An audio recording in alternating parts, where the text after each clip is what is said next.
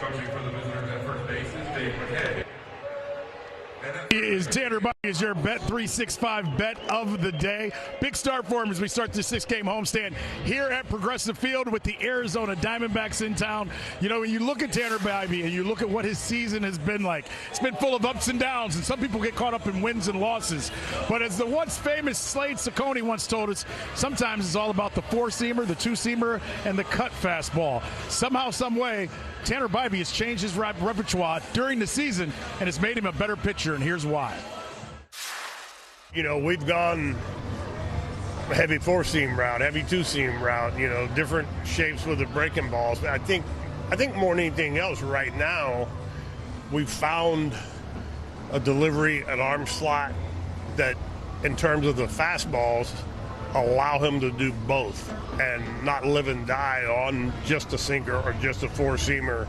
He can incorporate both of those fastballs. We realize how good his sinker is.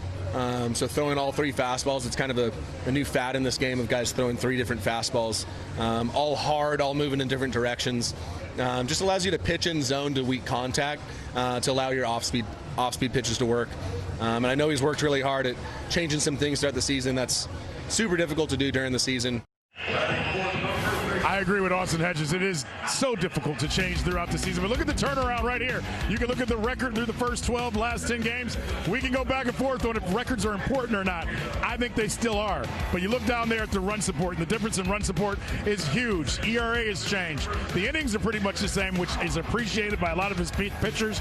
The strikeouts are down, but getting deeper in the game, giving your team a chance. That's what starting pitching is about nowadays. Sure, everybody likes wins and losses, but that's not always going to be up to you. Can you keep your team in the game long enough? Something Tanner Bybee has been doing better than most in baseball. Last start, we talked about how many starts he has where he goes 6 innings, gives up 3 or less. He did that again last week. He's going to have to do it again today. Big matchup, big weekend. Slider's birthday's even coming up on Sunday. Hosey and the boys are getting ready for the Diamondbacks. We'll have it all here with Al, Rick, and myself coming up live from Progressive Field.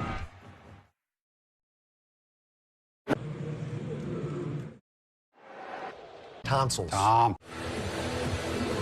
Another nice Friday night crowd shaping up here in Cleveland. Temp at 79 degrees as the Guardians get set to play the Arizona Diamondbacks here tonight. The first of a 3-game weekend set as Cleveland took 2 out of 3 from the Reds after a tough weekend down in St. Petersburg against the Rays last weekend.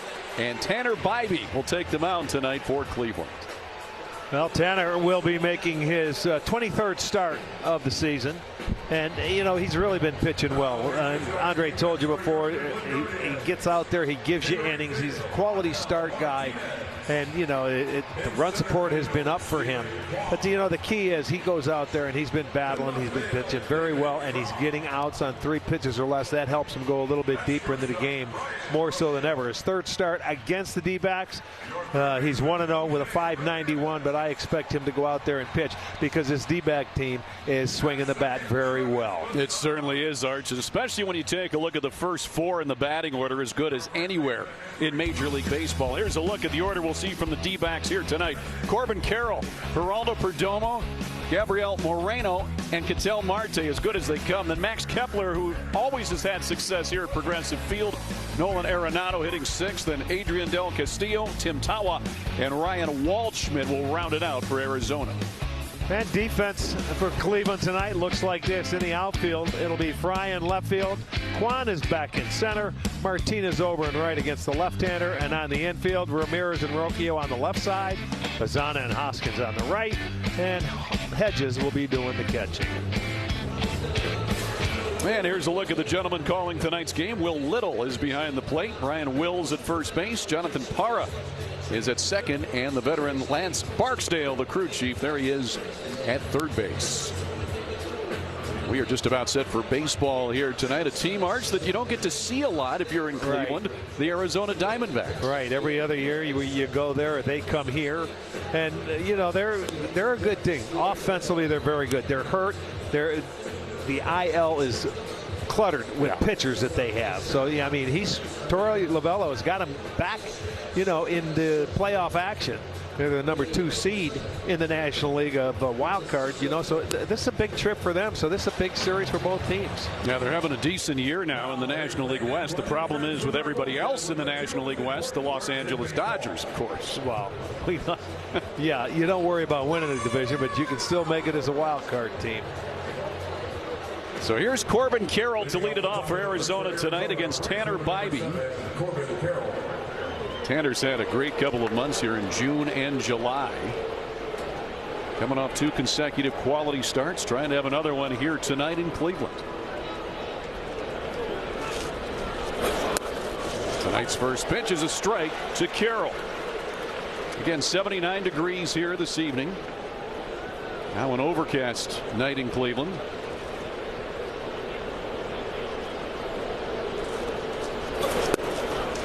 And quickly it's 0-2 to Corbin Carroll. And this is something that they've been doing very well, getting ahead of a lot of hitters. We'll see what Bybee does here with the 0-2 pitch. Went inside with the breaking ball. He throws the cutter and sinker an equal amount of times, 24% each, and then the 4-seamer 22. But we talked about that mix between the 4-seamer and 2-seamer, Arch. It's very close together now, and hitters have trouble with it. Well, he's got great movement on the 2-seamer. And just missed. He's picked that up and is using that a little bit more. He used to have a really good changeup that he's still working on the grip and trying to come back with. Earlier in the year, he had an outstanding changeup, but you get away from it, and he's made a lot of changes. So from 0-2 to 3-2. So the count runs full. He's got a 6-pitch mix. Other than the cutter, sinker, and 4-seamer I talked about, the changeup, Arch, curveball, and sweeper. Throw the changeup about 14% of the time. You won't see the sweeper much, but he can go to any of those 6 pitches, and Stephen Vogt was talking about that. Makes you more effective when you've got places to go. Yeah, but I like it the first time through the lineup. These guys don't know you. Use 2 pitches to get your way, navigate your way through it. Going in high in the air, left side. Will it stay in play? It'll be close over there. Ramirez, ball coming back, and he makes the catch. First out here tonight in Cleveland.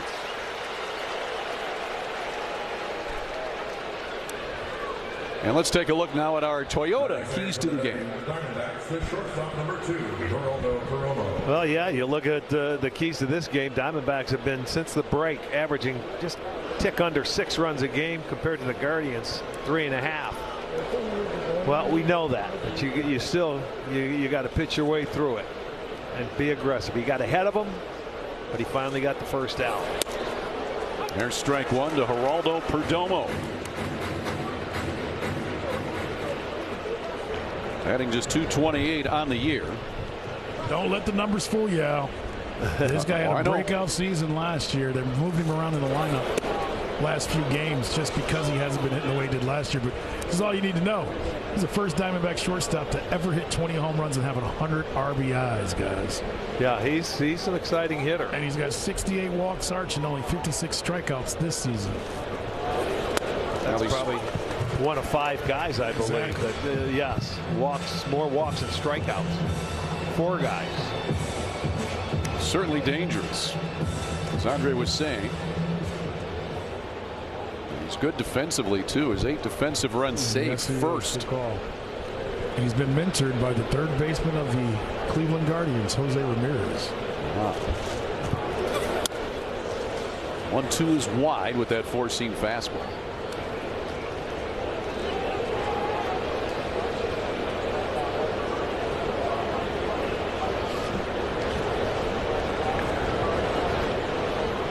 Here's the 2-2 pitch. Stays alive. Foul that one off his foot, however.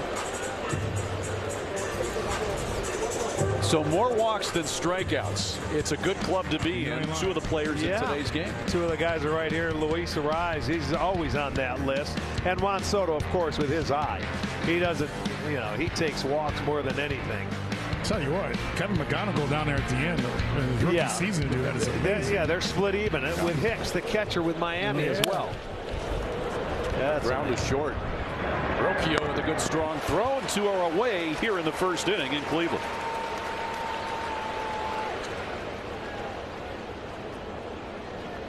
That'll bring Gabriel Moreno to the plate for Arizona. I think third in this Diamondbacks lineup, and he might be right now the most dangerous hitter for Arizona. Yes, sir. How about reaching base safely in a franchise record 45 straight starts? Yeah, as a catcher, mind you. Yeah. I mean, he's unbelievable. You don't hear him. No one talks about him, but he's one of the best. Yes, he is. He's top notch. The air to right, Martinez near the fence. He makes the catch. He got it. He hung on by the netting. What a catch by Martinez. 3 up, 3 down go the Diamondbacks. And Angel Martinez, a former infielder, showing you, hey, I got the outfield glove right here. Guardians coming to bat.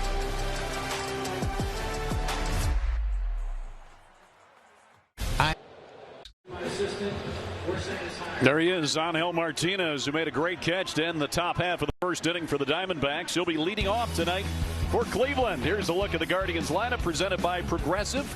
Martinez, Ramirez, and Delar the top third, with Hoskins, Rocchio, and David Fry making up the middle third.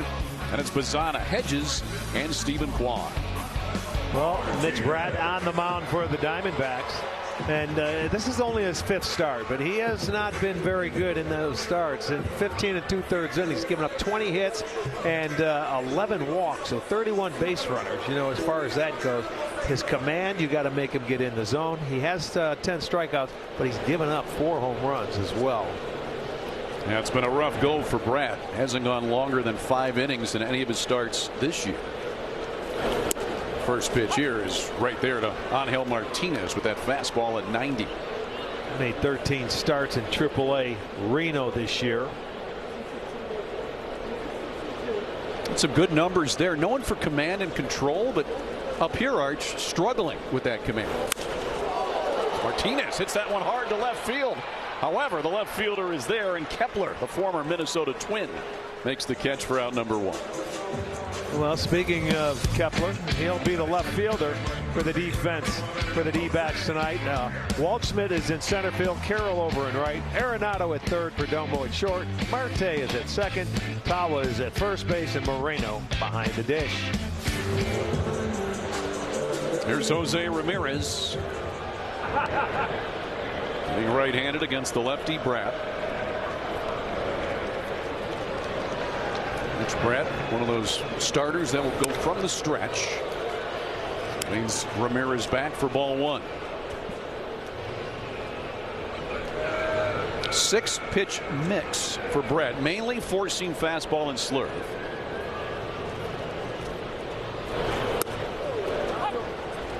He's also got the slider, 2-seamer, a change, and a curve. What's interesting is if you look at his batting averages against, they're all 273 or above against all the pitches but the curve, which is 0. He's only thrown it 10 times this year. He may not be able to throw it for strikes. That's why he's only thrown it 10 times. Exactly.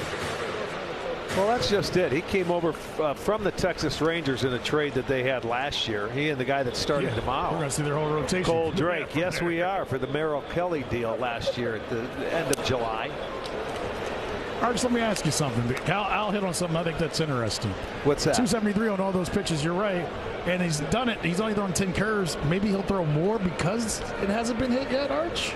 We'll see. You know what I mean? He flipped one in there on Jose. Let's see if he flips another. Change slurve, yeah. So that's kind of the curve, I think. Well, slurve, sweeper. Well, slurve, sweeper, slider. Keep going. It's any one of those breaking balls. It'll be a new name next year, I'm sure. We've never seen this kid pitch before, so we're going to find out. First time he's ever faced Cleveland or anybody in today's lineup.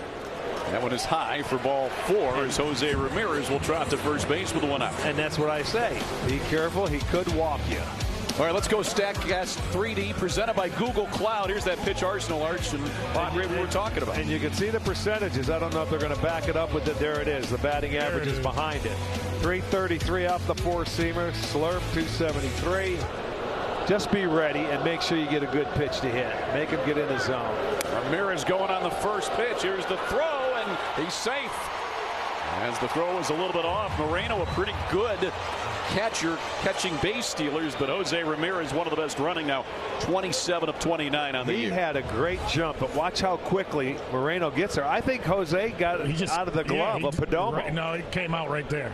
Okay, a little short hop. Okay. He was down in there, but it hit Jose. That's ouch. And that's where they're taught to throw the ball now, so they can get it. You throw it to that side of the base so the shortstop can catch it and maybe tag his legs. It's amazing they've come with that, but Arch has been working better for catchers and let that ball sail almost. Yes, it sure has. But you got to be ready to get in front of the bag and go get it. So Chase DeLauder gets to bat with the runner in scoring position and the 2-0 counts. Make it 3-0 as Brad is wide there as well. You guys had a great conversation before the game about Jose and what he's been able to do hitting since he's been back. But I will say stealing bases wise, you can tell his legs feel much better because he's had a month off. Yeah. Well, it felt much better after he fouled the ball off his knee in Cincinnati, too. That's true. Where he went from home to third base on a little flare down the line. That was unbelievable. That's a Jose Ramirez. If you've never seen one, that's him. Right. You better watch him. One is there for a strike. Yeah, especially a left-handed pitcher. And a guy in Ramirez who isn't shy about stealing third base. 3-1 to DeLauder, who's batting .371 against lefties this year. Just .239 against righties. He does such a good job of waiting on the ball, letting it track deep to the plate, because he'll use the whole field. And he's never caught out in front. He'll foul some pitches off. Rarely do you see him, go outside the strike zone. Good eye at the plate for a young hitter. He'll walk a lot in his career, too, with that eye. Absolutely. It's that one to right field. However, Carroll is there. Too shallow for Ramirez to tag, and 2 are out now here in this first inning. So that'll bring Rhys Hoskins to the plate. 2 outs and Jose Ramirez remaining at second base. Rhys getting the start at first base. Hitting .217 with runners in scoring position.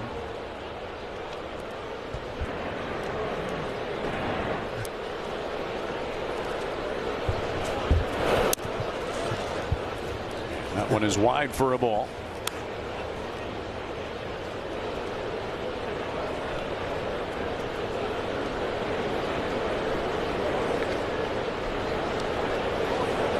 Hoskins has 6 home runs in Tanner Bybee starts this year out of his 11. Oh, that's good to know. That one was going for 7. And a little shy. Yeah, they knew you were in the booth. They're getting you ready. I was. That was too high. A little too high. Too high. We needed a more direct route. We had a fair catch going. Al likes nothing but heat. Right on. He's got the leather hands. Bring it strong or don't bring it at all. There's the 1-1 now to Hoskins. He's down on the count 1-2 as he swung through that 4-seam fastball at 92 from Mitch Bratt.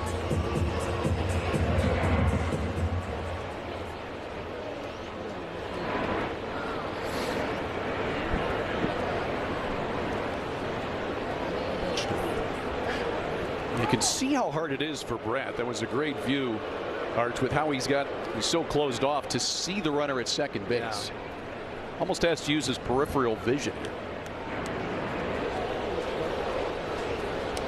You can see that. There he can't see him, and there he goes. Hoskins drives that one to left field. That one is off the top of the wall. Ramirez will score. Hoskins will stay at first base with an RBI single with 2 outs. Great hit by Hoskins, coming up with a big hit with 2 strikes. I thought you called it. Another home run with Bybee's on the mound. It didn't miss by a whole lot, did it? By the time Kepler plays that ball off the wall, he was going to stop Hoskins, but then he dropped the ball. Yeah. I mean, that came off the wall in a hurry. So that'll be an RBI. 2 out. I love that 2 out base hit early. They'll take a 1-0 lead, get the ball in, and this inning will continue. So 1-0 Cleveland. And now Brian Rocchio taken to the cleanup spot will bat. Sees a curveball for strike 1.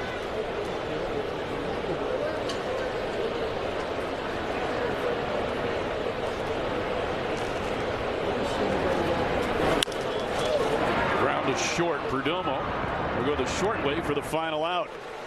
However, Cleveland was able to tally a run with 2 outs and 2 strikes on Rhys Hoskins.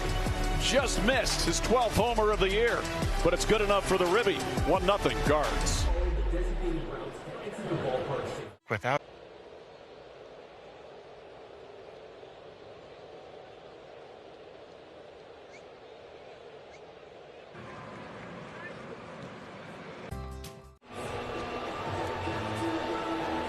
Progressive sponsors Cleveland Guardians baseball here on Guardians TV as we begin the 2nd inning. Guardians up 1-0, and Ketel Marte will begin the inning for Arizona. He takes strike 1 off that breaking ball from Tanner Bybee. Was the cutter. Well, that's a nice little get me over breaking ball to get strike 1. This guy is such a good hitter. Switch hitter. Him and Jose, 2 of the best switch hitters going. Swings through another breaking ball. That's the curve. 0-2. And the thing about Marte, you can hit him anywhere. You can lead him off, hit him third, bat him fourth as he is tonight. Yeah, he picked fourth. You've seen him up there in the first 2 or 3 spots because you want this guy to get at bats. The more the better. Maybe ahead of him. 0-2. Changeup. And he got him. How about 2 hooks and a changeup? Well, Marte wasn't looking for that one, and on 3 pitches, he's Bybee's first strikeout victory. Yeah, he didn't mess around. There's that changeup. Boom. 81. He was not looking for that, and it's a good one. Off the middle 2 fingers, had that movement. Good portion of the plate, and he knew it as it crossed. Yep, came back a little bit. So here's Max Kepler, who smokes that one to center field. However, right there in its path is Stephen Kwan. 2 outs. And let's hear a word now from the Cleveland Clinic. When you make complexities your specialties, you redefine what's possible. For every care in the world, Cleveland Clinic. That'll bring Nolan Arenado to the plate with 2 outs and nobody on. Third baseman with 10 Gold Glove awards. Yeah, he's had an amazing career. He's 14 homers this year too, so still dangerous, especially in that power department. He takes strike 1 from Bybee. Well, Tanner just pumping strikes this inning. 5 pitches, all strikes. That's what you like. And you get an out on first pitch. Kepler got, he went after it, but he knows his ballpark. He's happy to be back in Cleveland. Yep. Talk more about him the next time he comes up too, but this is one of his favorite places to hit home runs. It should be, yeah. That's right. He has had very good success when he was with Minnesota. 1-1 here to Nolan Arenado. Cutter. Just a little bit high. For Tanner Bybee, in his first 12 starts, they scored a total of 10 runs in his first 12 starts, and they already have now 36. This being start number 11 after that. So a lot different. Maybe he wanted a challenge. Oh. We don't see that too often, do we? No. And this ABS challenge is brought to you by T-Mobile. So the pitcher challenges. Yeah, I hope he wins it. He does. Good for him. He knew it was. Did you see him pump his arm? We don't see that. First, we have not seen. I love it. Joey Cantillo did one earlier in the year too. Yeah. I think Lavello's coming out because he did it in time. Yeah, right. That's what I think he's talking about. He did that. He went right to the hat that we saw. Good for him. Now, most pitchers say they don't do it because the way they come off the mound, right? They don't think they see the pitch well enough. But if you really feel it's a good one, go for it. Absolutely, it's your game when you're out there. Yes, it is. And he was right. I'm happy for him. The 2-2. The ground to second. Bazzana. 9-pitch inning for Tanner Bybee. 3 up, 3 down. Go the Diamondbacks once again. Middle of the second in Cleveland. 1-0 Guardians.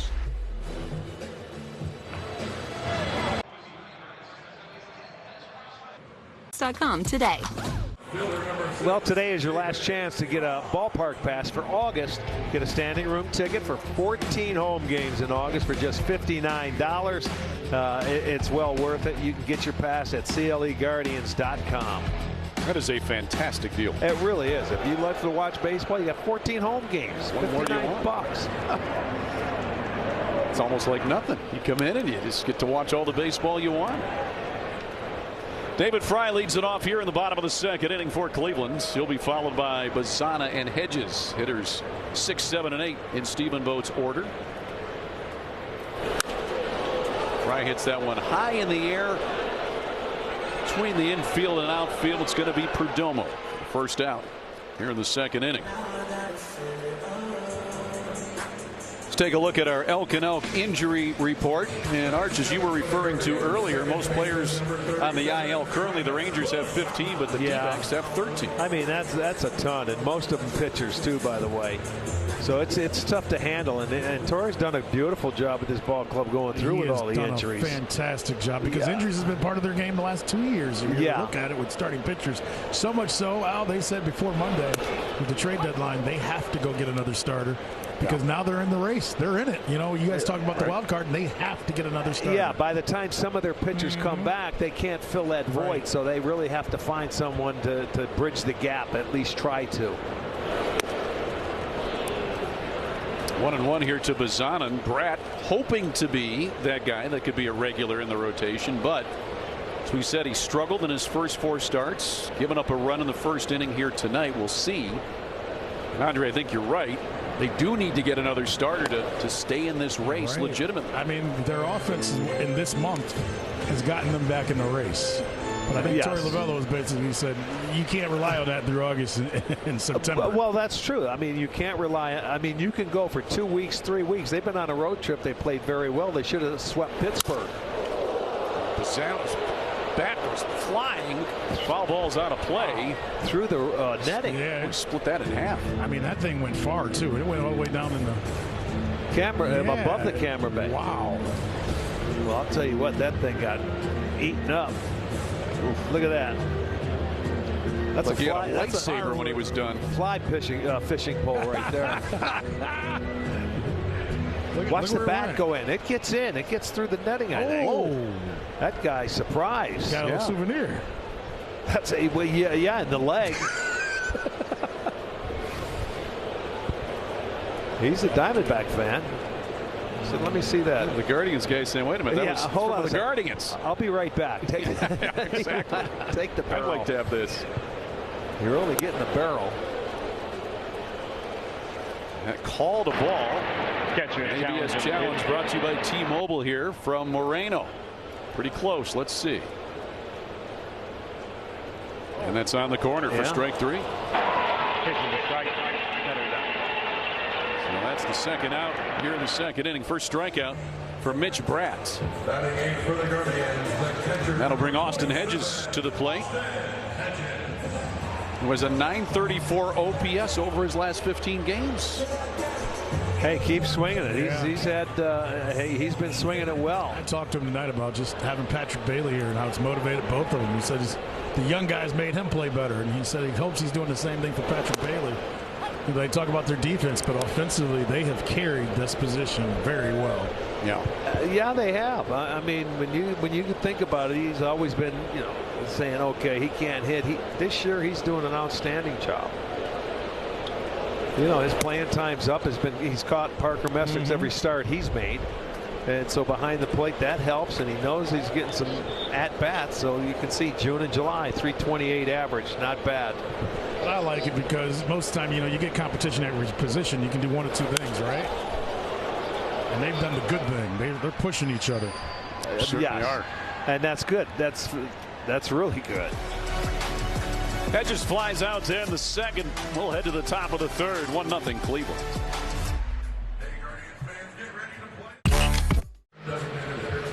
There's the Cleveland RBI senior RBI team. Congrats to them. They won the regional in Pittsburgh, and now it's on to Vero Beach and the World Series for them in the RBI. They'll see some teams from different countries. That's awesome. Congratulations, boys. Go win it. You were honored before today's game. Congrats indeed. Always a great experience there. Here's Adrian Del Castillo.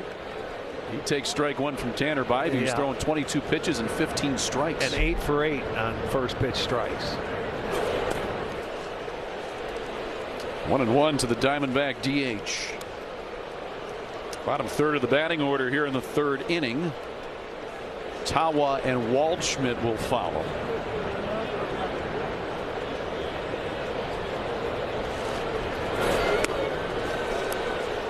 Curveball off the plate.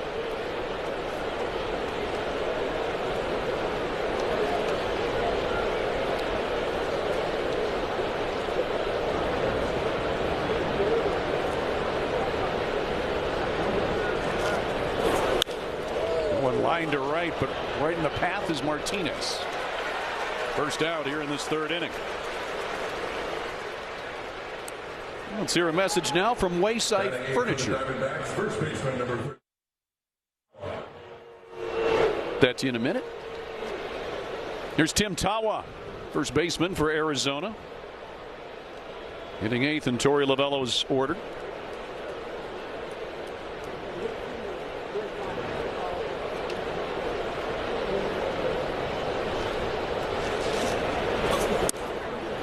Takes that one high. Tawa 5 for 23 on the 7-game road trip for Arizona. That's coming to a close this weekend. The road trip is here in Cleveland.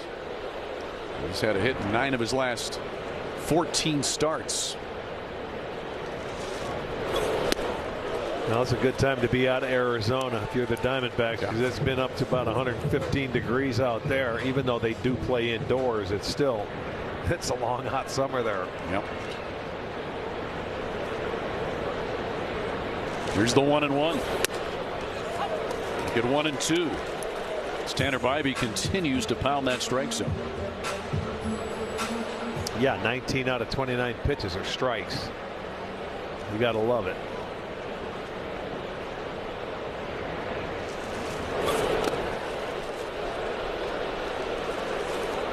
Bybee making his third start here tonight against Arizona in his career. Also his team leading 23rd start of the year.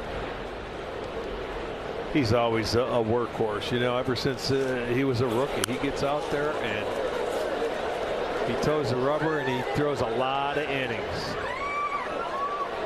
And Tanner Bybee, going back to 2024, this start here tonight, his 85th since the beginning of 24, ties him for third in Major League Baseball.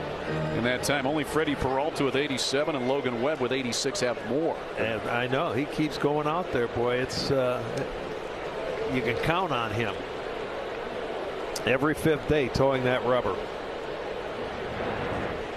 A little delay in the windup. Tawa just to get a piece of that cutter. Now, Stephen Vogt talked about before the game today the way, you know, as we touched on a little bit, that 4-seamer and 2-seamer. He said at one point he was predominantly 4-seamer, another time predominantly 2. Now it's a pretty good 50-50 mix with that. Of course, that 2-seamer also a sinker, so it gives a different look to the fastball. Yeah, and he was making changes on the fly during the year, and it's not easy to do that. I mean, when you're a pitcher and you're changing pitches and grips and trying to, you know, get hitters out at the same time. Ground to third, Jose. 2 down. Good at bat by Tawa. Yeah, fought off a couple of good pitches. But ultimately, Bybee able to win that battle. So here's Ryan Waldschmidt, center fielder tonight for the Diamondbacks, batting 9th with 2 outs and nobody on here in the third.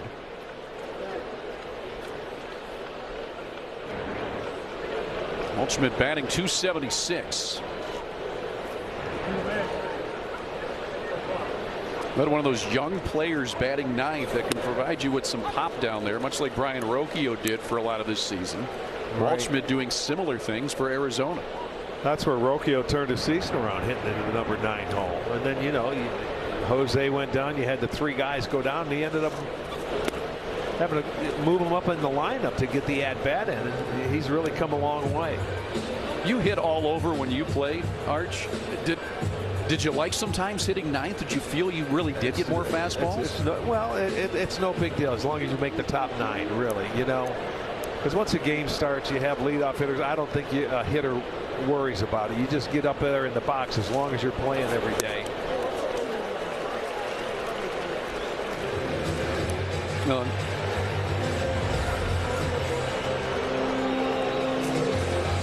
That's a little harder one. Tight. Yep. Cookie. So 1-2 to Waldschmidt. This crowd, a little bit of buzz in it, would like to see a strikeout here.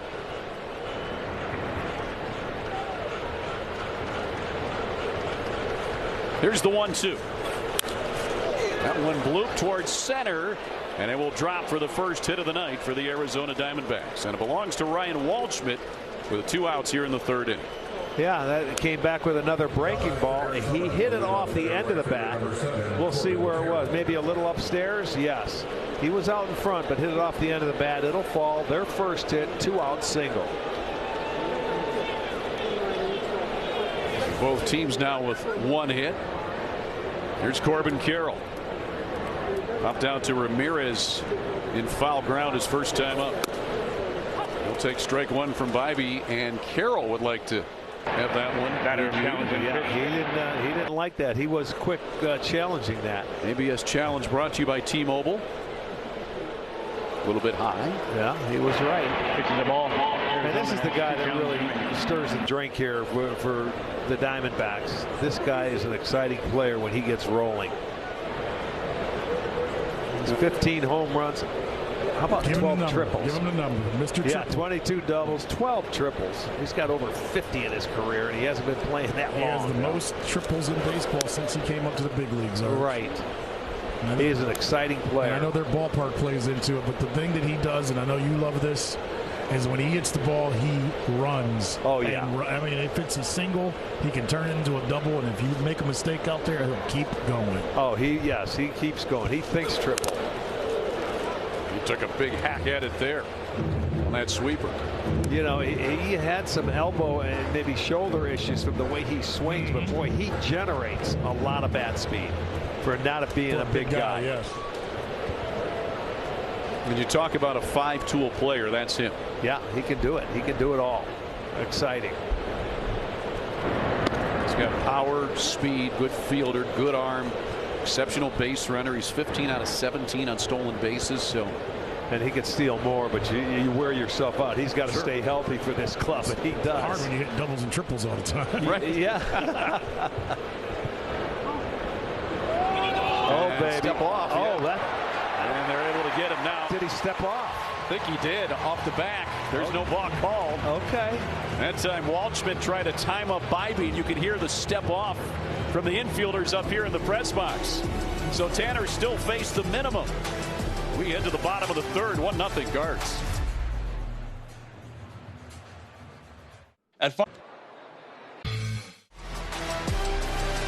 Cleveland Guardians baseball is brought to you by Levin Furniture and Mattress. Lazy Boy recliners starting at $395 at Levin.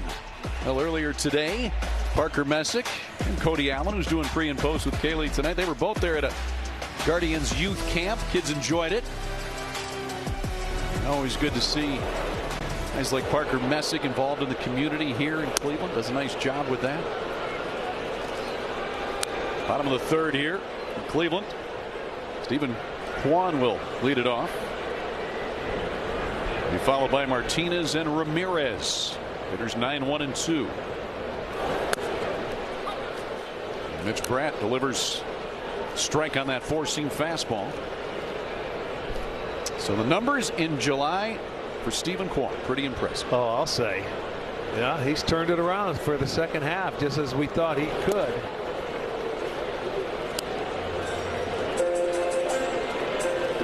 He looks like that Kwani from 22, 23, 24, those years. Yeah, but the way he's swinging the bat right now, I'm surprised he's hitting 9th and not leading off, to be honest with you. I thought he would still lead off, but they got Martinez in the spot. Maybe because they're facing the lefty. Yeah. But yeah, it doesn't bother Kwan. No. Because this guy's wild enough. He'll get on base somehow, some way. You just said in the top of the bottom or top of the inning, he just wants to be in the top 9. Yeah, right. And he's back. We talked about it on a road trip. He is back. And you're right, Al. We're starting to see more of the guy that we got used to using left field and making that left fielder commit to either being closer or the third baseman having to be closer. And you got the best one in the game defensively now, so it'll be fun to watch how they play with this. Yeah, certainly will. You almost have to play him straight up in the outfield. Hit hard. Perdomo can't come up with it. It's a base hit to left center to lead off the third inning for Cleveland. Yeah, nice little line drive. See, that's what he's doing. He's getting on top. He's hitting liners. He's not popping them up like he was earlier in the year. He's got a nice level swing. There you see it. He gets a fastball right down the middle, and he does what he's supposed to do with it. So an 18-game on-base streak, longest since 24, career high 25. So he's on some kind of good roll. But even though that ball was coming a little bit inside, Archie was able to get that bat head out. He inside outs it. Yeah, he doesn't try to pull it. He's quick inside when he gets that pitch, but everybody tries to pitch him away. Nice bunt by Martinez. They move Kwan along with one out. It was a textbook sac bunt for Angel. And now Kwan in scoring position with one away here in the third. And Hosey's walking up with a little strut. He's ready to go. All right, let me see this guy again. Right. He walked his first time up, stole second, and then scored. Well, he sees that steak, that ribeye out on second base. Exactly. He wants to get it in. That's why he's getting in that batter's box early. Wow, that's how Arch walks into the steakhouse. No, it is. Or the press box. That's his walk. Only with the steaks out there. Zay takes ball one. Batting 200 with runners in scoring position this year, but has really hit lefties. Batting .306 against left-handed pitchers. So from that right side, definitely more dangerous. The pitcher is from the left side. Well, this is what we were talking about. We talked about this, Andre, in Cincinnati. When you're coming back as much time as he missed, now you've got to work on both sides of the plate. He hasn't had enough time from this side to really work on it in games. He has had a couple at-bats. He's only been back. This is game number 8. It takes a little while to get yourself going and feel comfortable in the box. It's that one to center field, but it's right. Center fielder Waldschmidt will make the catch. Tagging is Kwan. He's heading to third. He'll get there. And now 2 are away here in this third inning.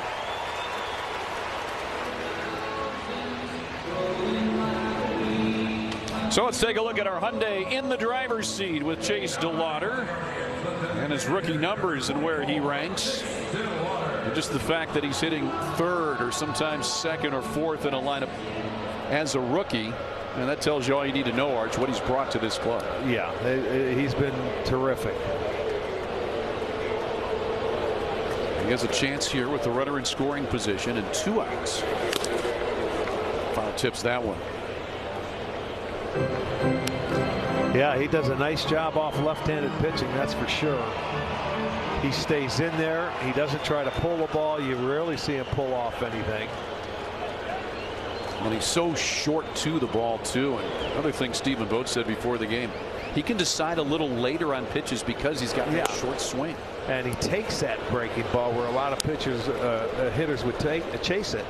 He's only hitting .371 against lefties. I mean, what else do you want? That's it. Yeah.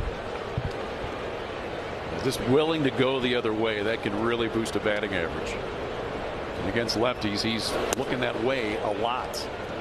Okay, the challenge right there. ABS challenge brought to you by T-Mobile. But that's the good eye he has. He doesn't give in to these guys. He's not afraid to take a pitch. You got to work at it. That one just caught the bottom of the strike zone. That's okay. Arizona has 2 challenges remaining. Everybody's won their challenges tonight, huh? What do we got? 3 challenges, and they've all been successful. Home plate umpire can't be comfortable with that. Well, we've seen this crew before with Lance Barkdale being the crew chief. He won't get a chance to be behind the plate this series. Swing and a miss by DeLauder. Mitch Brandt picks up his second strikeout, and he's out of the inning here. And it will remain 1-0 Cleveland as we head to the 4th. Charlie Nagy is in the booth. He'll join us next. We'll talk a little 90s baseball with Charlie. Stay here. UN Auto.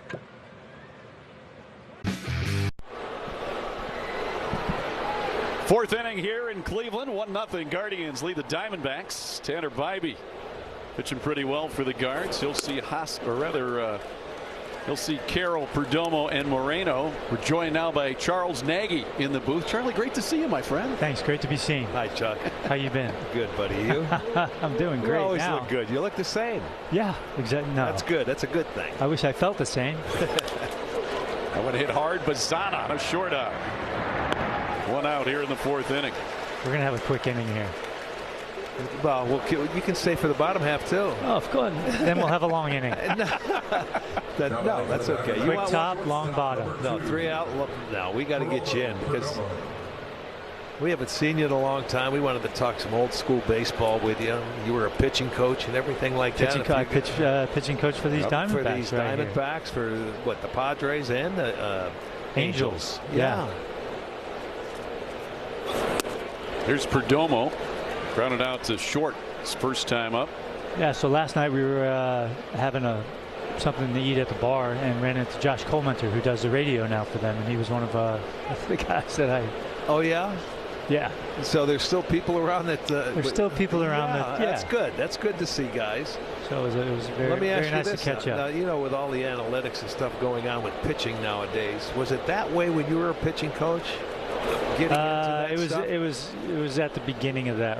My starting. ending, yeah, it was just starting more so. It was more the numbers thing, and you know what the pitcher was better at, and what he should and shouldn't do, as opposed to now it's about how to throw pitches. Perdomo hits that one well to center, but Stephen Kwan is there. 2 quick outs here in the fourth inning. Yeah, now it's about how to throw certain pitches and shapes, and these guys can read off computers and they can see what their pitch is doing right there. You know, as soon as they get feedback. With us, it was how the hitters reacted. You had to get a feel for it, right? Yeah, I mean, a lot of the time they were just hangers. They popped but it if up. you get away if with I could throw that again, I would love to. How do you throw the backup slider? Ask Joe Borowski. He'll tell you. It's the best pitch in the game. It is. They look for the pitch to go away, and all of a sudden it's backing up on them. They get jammed. They're like, got jammed on 82. That's the one thing I think pitchers. It's tough to hit a baseball. So yeah, I mean, and a lot of times you think you have to be perfect with pitches. You don't have to be, because sometimes I'll hit one of the best pitches you throw for a base hit and flare it in or do something crazy. It was more like a home run. It was, yes. You know what? You know, this park's the same dimensions, Charlie, as when you played here, but a lot of changes. You know, a lot of areas have been opened up. Does it feel different for you, or does it still kind of feel the same? Feels the same. Yeah, I like the changes that they've made. The ballpark, it's a beautiful, one of the best ballparks in the league. Yeah, and it's it's getting to be one of the oldest too anymore. Yeah, that's crazy, isn't it? And it's been redone a couple times. Yes. Yes. So. Yeah, they've done it. All new seats in here now. The last 2 or 3 years they've been doing renovations, and it's turned out that people love it. Right. The fans do. Well, the players too, with everything they've done down below. Well, yeah, the clubhouse, huh? Yeah, it's like a game room, isn't it? I'll see you next week. Yeah. Yeah. Oh, I got to text them. Yeah, right. Yeah. You're not going to find anybody. You got to Google where you're going in that place. Right. You're getting lost. 2-2 here to Moreno. You know, it's funny, Charlie, when you played, this park was considered a hitter's park. Then right after you left, it was considered a pitcher's park. Now I guess it's a fair park. Too bad you couldn't have played in this century here, right? You could have played in a pitcher's park. Right, but the strike zone's much smaller now. Yeah. Yeah, that's true. You know, the ball does not carry in this park in April and May. I'll tell you that right now. It doesn't matter. It never did. Never really did. But back in those mid-90s days, you ended up having guys that made the park look small. Yeah. You know, they were just great hitters. Right. What did that catch him on the elbow guard? That's not fair. No. We're in the guard. You shouldn't be able to get on first base if it just nicks the guard, because it doesn't hurt. No, that's it. I like that. It should have to hurt for you to get first base. Exactly. That's fair. fair. To be a pain threshold there. Yeah. So Moreno aboard with 2 outs. Second base runner tonight for the Diamondbacks as Marte swings and misses there. That's one thing that's different in the game. All the guys wearing the armor now when they hit, and a lot of guys, they don't move their elbow or anything, and pitchers have a tough time pitching inside. That's not fair. Well, there are a few guys who used to wear the body armor, but Not many. Not as many as today. It We were seems like talking, everybody has. Andre, we were talking like Don Baylor. He said he was reading something. Don Baylor used to be right on that dish, and nose elbow, and dare you to pitch inside. He said the worst thing you could do is get hit. And he got hit probably. He got hit more than a couple hundred else. times. More than anybody else.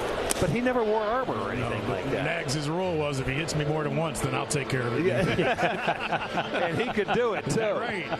Nags, you obviously haven't been to the visitors' clubhouse in the way the park is. I haven't seen that side yet. I saw the home side. The home side's beautiful, and the visitor side is beautiful.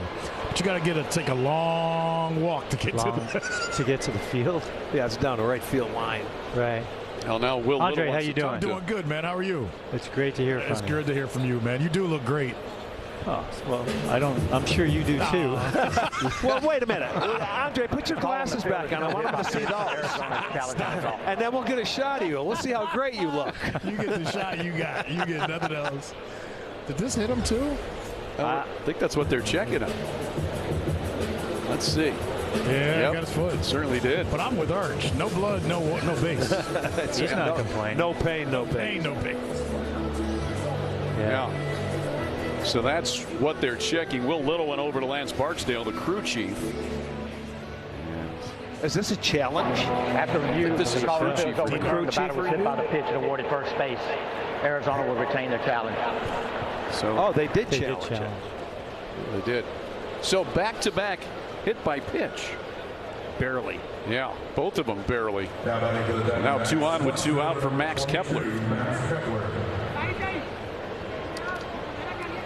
And when you look at the players with the most home runs, visiting players in Progressive Field history, Max Kepler is 4th with 16. We got to bring that Minnesota, up right? Yeah. This is his 59th game. He's played 58 games here. He's had 19 hits. And this one will not get out. To left center. David Fry hauls it in. Charlie, you're still sticking around for another inning. I'm here as long as you guys will have me. 100%. Take my headset. You're here all night. Okay. Middle of the 4th in Cleveland.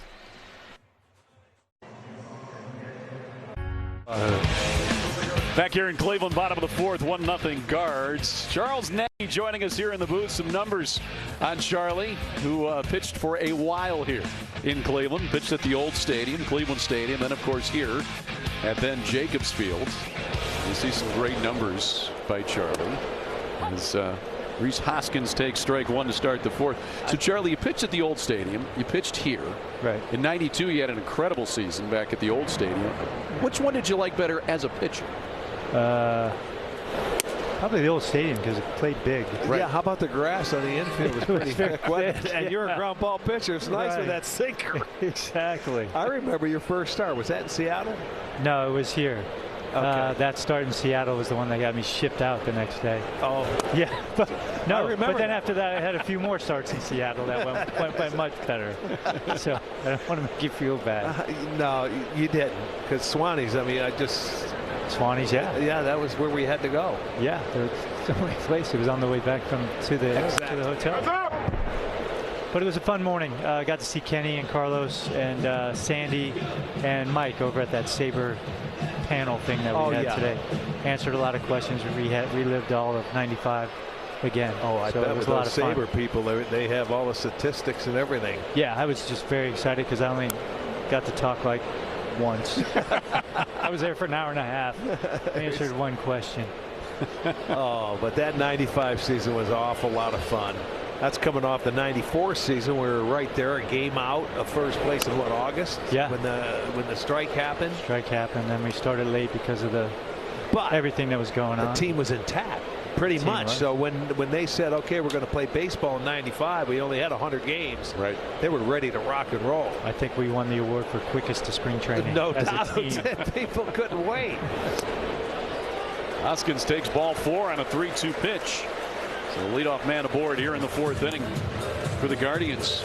You know, that '95 team as well, Charlie, you look back at that, many think that was the best team to never win a World Series. You feel that way too? I mean, that lineup was ridiculous. You had a good starting staff with you included, and Martinez and Hershiser. It was, and a good bullpen too. It was strong. Yeah, we had a very, very good team. We would just run up against a very good pitching staff on the other side with with the Braves. But yeah, arguably probably one of the best lineups in the history of the game. That was a fun year, and playing in this ballpark, it was only the second year, you know, after it opened in '94, and the walk-off wins, the extra inning wins. It was. I knew we were not going to see a better team in my lifetime. At least I didn't think so. Right. That was some kind of run, and then the sellout streak and everything. Yeah. 455. It was tremendous. I mean, you owe it all to the fans too. I mean, we had as much fun as they did, but they were the ones who were keeping us going, adrenaline, making sure we came back in the late innings with all the enthusiasm. Oh, yeah. Best fans in the game. As a pitcher, you had to love that too, that even if you were down late, you knew that those guys were probably, because they did it so much, probably going to come back and win. Exactly. That was a comforting feeling when you gave up a few runs early. You knew just keep them in the game. We got a good chance of winning this. 1-2 here to Rocchio with Hoskins at first. Another foul ball by Rocchio. That's a nice way to pitch. Get me off the hook. Exactly. You guys used to go innings. You know, there wasn't a 100 pitch count or anything back then. No, not that we knew of. No, that's right. You go out there, you wanted to finish what you started. Right. And it's you can't do that anymore. No, I read the box scores every morning, and yeah, there's not too many guys going 7, 8 innings. No, 7 innings is a complete game now. It pretty much is. Right. Especially, you know, with that pitch count they got going, you're not going to see many guys do it. And you get a little lead, and then all of a sudden, that bullpen's out there, and you got quite a few guys out in that bullpen. All right, I'll go to him. You know, from being a starting pitcher in the 90s throughout the entire decade, Charlie, and then you became a pitching coach, were you able to take, obviously you work from your time on the Hill during that time, but the way it was in the 90s versus now, it's so much different. Right. As a pitching coach, how did that maybe change your approach with how you worked with those younger pitchers? Working with the younger pitchers was a lot of fun, but it's just still that's what I knew. You know, go out and get your innings in. So I preach that, and I wanted our guys to do that as much as they could.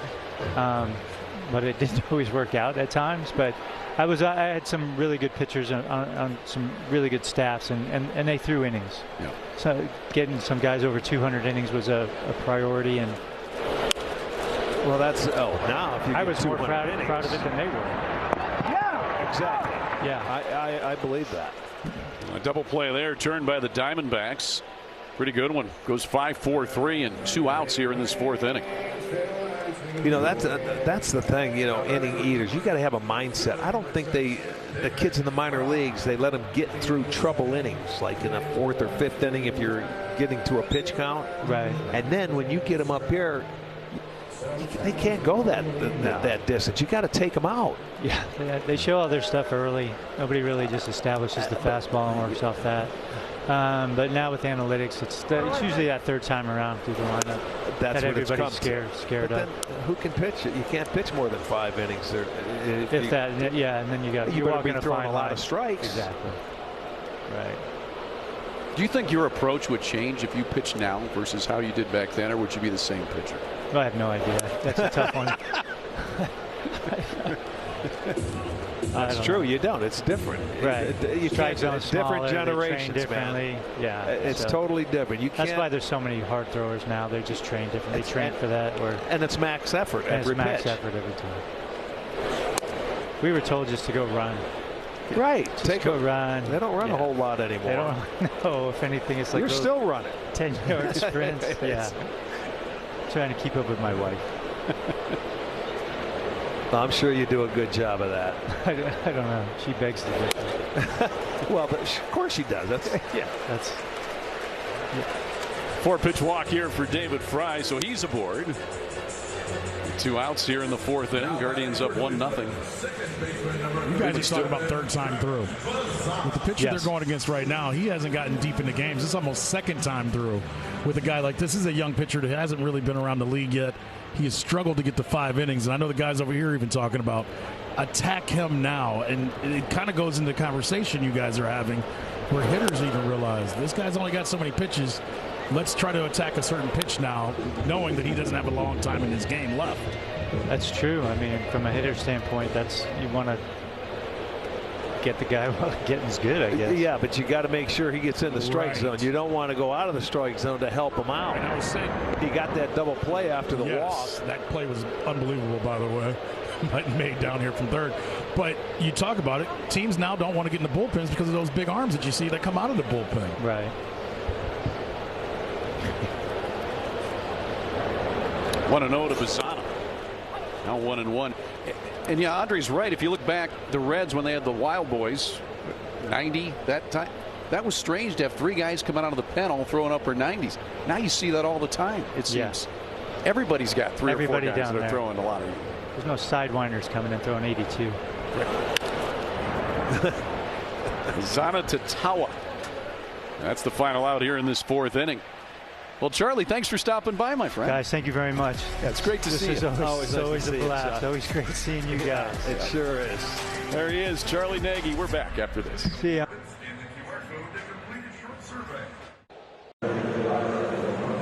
See. 5th inning here in Cleveland, 1-0 Guardians.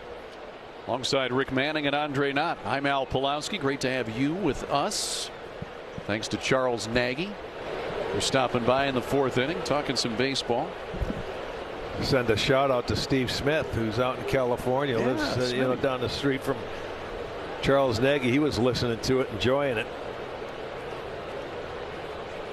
Something with PitchCom there, so I can tell you that Tanner Bybee said tonight that Charlie Nagy was enjoying 4 innings. He's thrown 55 pitches, hasn't allowed a run, just 1 hit. 62% of those for strikes, and he's had 6 outs on 3 pitches or less. Bingo, like that. So just at 55 pitches as he enters the 5th inning. You're talking about guys that could go deeper with a pitch count like this. Certainly sets up Tanner well to pitch deep into this game. So look at the line. So here's Arenado to lead it off. 5th inning. Takes strike 1 on that cutter. He'll be followed by Del Castillo and Tawa. Arenado grounded out to Bassano. It's only time up.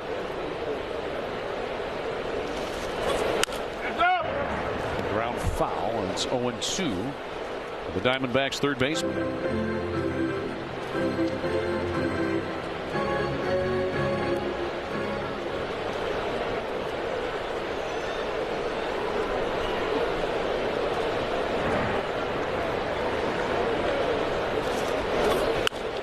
That one high and deep, but foul. It's out in front of that off-speed pitch. Count remains 0-2.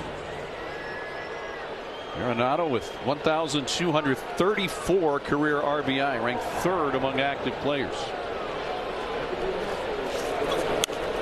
Smokes that one to left. It's hooking. It is foul.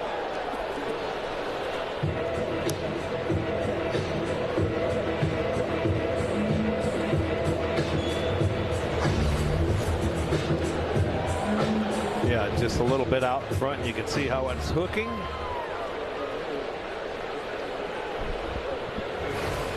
He's been out in front of the last 2 pitches. And the 0-2. It's that one to right.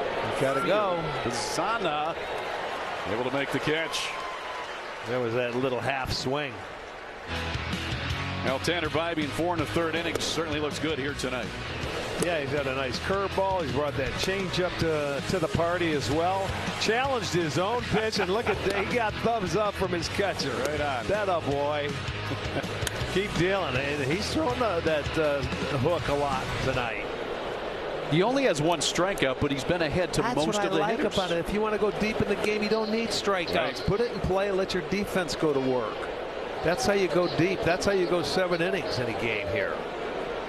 And getting ahead, that allows you to throw your pitch, and he's done that. He threw what, 8 first pitch strikes to the first 8 hitters. Well, it's 1-1 to Del Castillo. Lined out to right, his only time up back in the 3rd inning. But yeah, if you can keep the pitch count down, throw strikes with all your pitches as he's doing. Change-up, love it. Now right back to Tanner. 2 outs here in the 5th inning. Let's check out the usage. The 4-seam fastball 15 times, the cutter 14, the curveball 12. So he's mixed that in. You haven't seen his sinker as much as we've seen it in the past, you know, because he's been throwing it more. So that's not coming out. The sweeper 8 times and the changeup. So he's worked them all in. And he's had 8 0-2 counts. That's huge. That's the key. You know, Rick just hit on something, and it's big when you have these 3 different fastballs now. So we haven't seen a lot of the sinkers, as you guys just talked about, but that's what Hedgie was talking to me about before the game. He goes, when you're using 3 fastballs, if you don't have the feel for one, it's okay. You can still use the other 2 and have that sinker in the back of hitters' minds, so it still works even when you don't have it. And 15 of 17 first pitch strikes. That'll do it. And it'll be another easy inning for Tanner Bybee. Tawa flies out to Martinez in right. 3 up, 3 down go the Diamondbacks. Middle of the 5th in Cleveland, still 1-0 Guardians.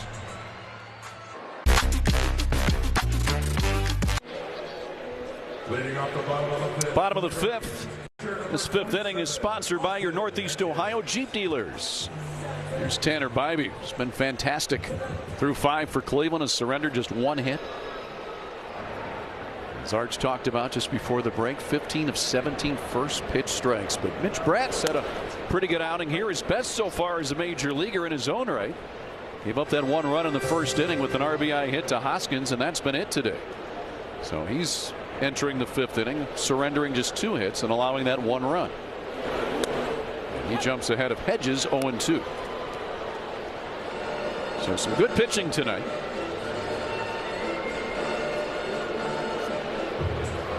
Hedgie flew out to right field.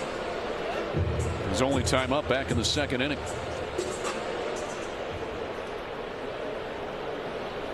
And both pitchers have faced just 2 over the minimum thus far. Hedges to right field. It's foul. Count remains 0-2. Austin Hedges, the best start offensively this decade. He's had. Well, this is about the point in time of game you want to try and add on. Get something rolling. Scored in the 1st inning on a 2-out base hit by Hoskins, but haven't been able to add anything. And this guy is trying to go for 5 innings for the 2nd time. Coming off a 5-inning start against the Nationals. They roughed him up, though. 5 runs, right, on 7 hits in that one. Tonight a little bit different in a positive way for the rookie Mitch Bratt. Now 2-2 to Hedges. I want to send along some get well wishes to Scott Baldwin from Massillon. Scott, hope you're feeling better.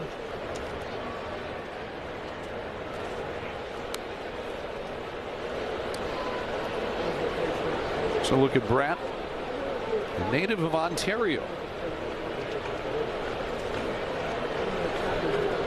He's born in Newmarket, Ontario. Hedges hits it high in the air to left. That's going to be in play. Yep. It will stay in. Kepler is there. And he retires Hedges for the 1st out.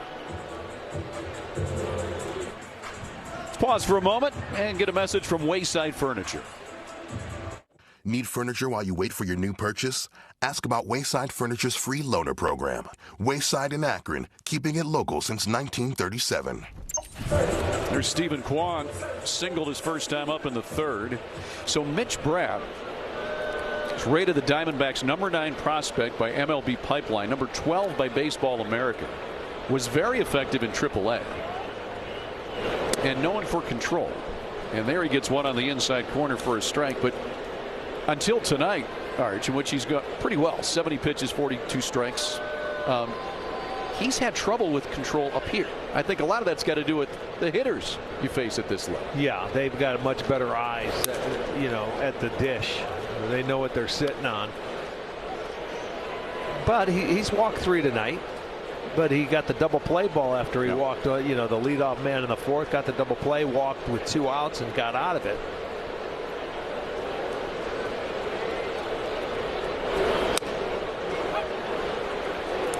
That one on the outside corner, the knees for strike 2. So he has certainly settled in.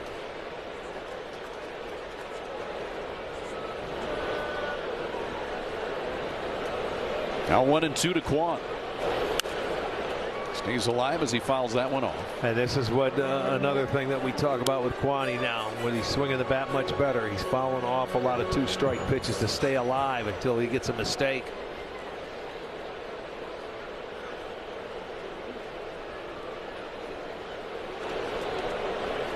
And the 1-2. That one in tight.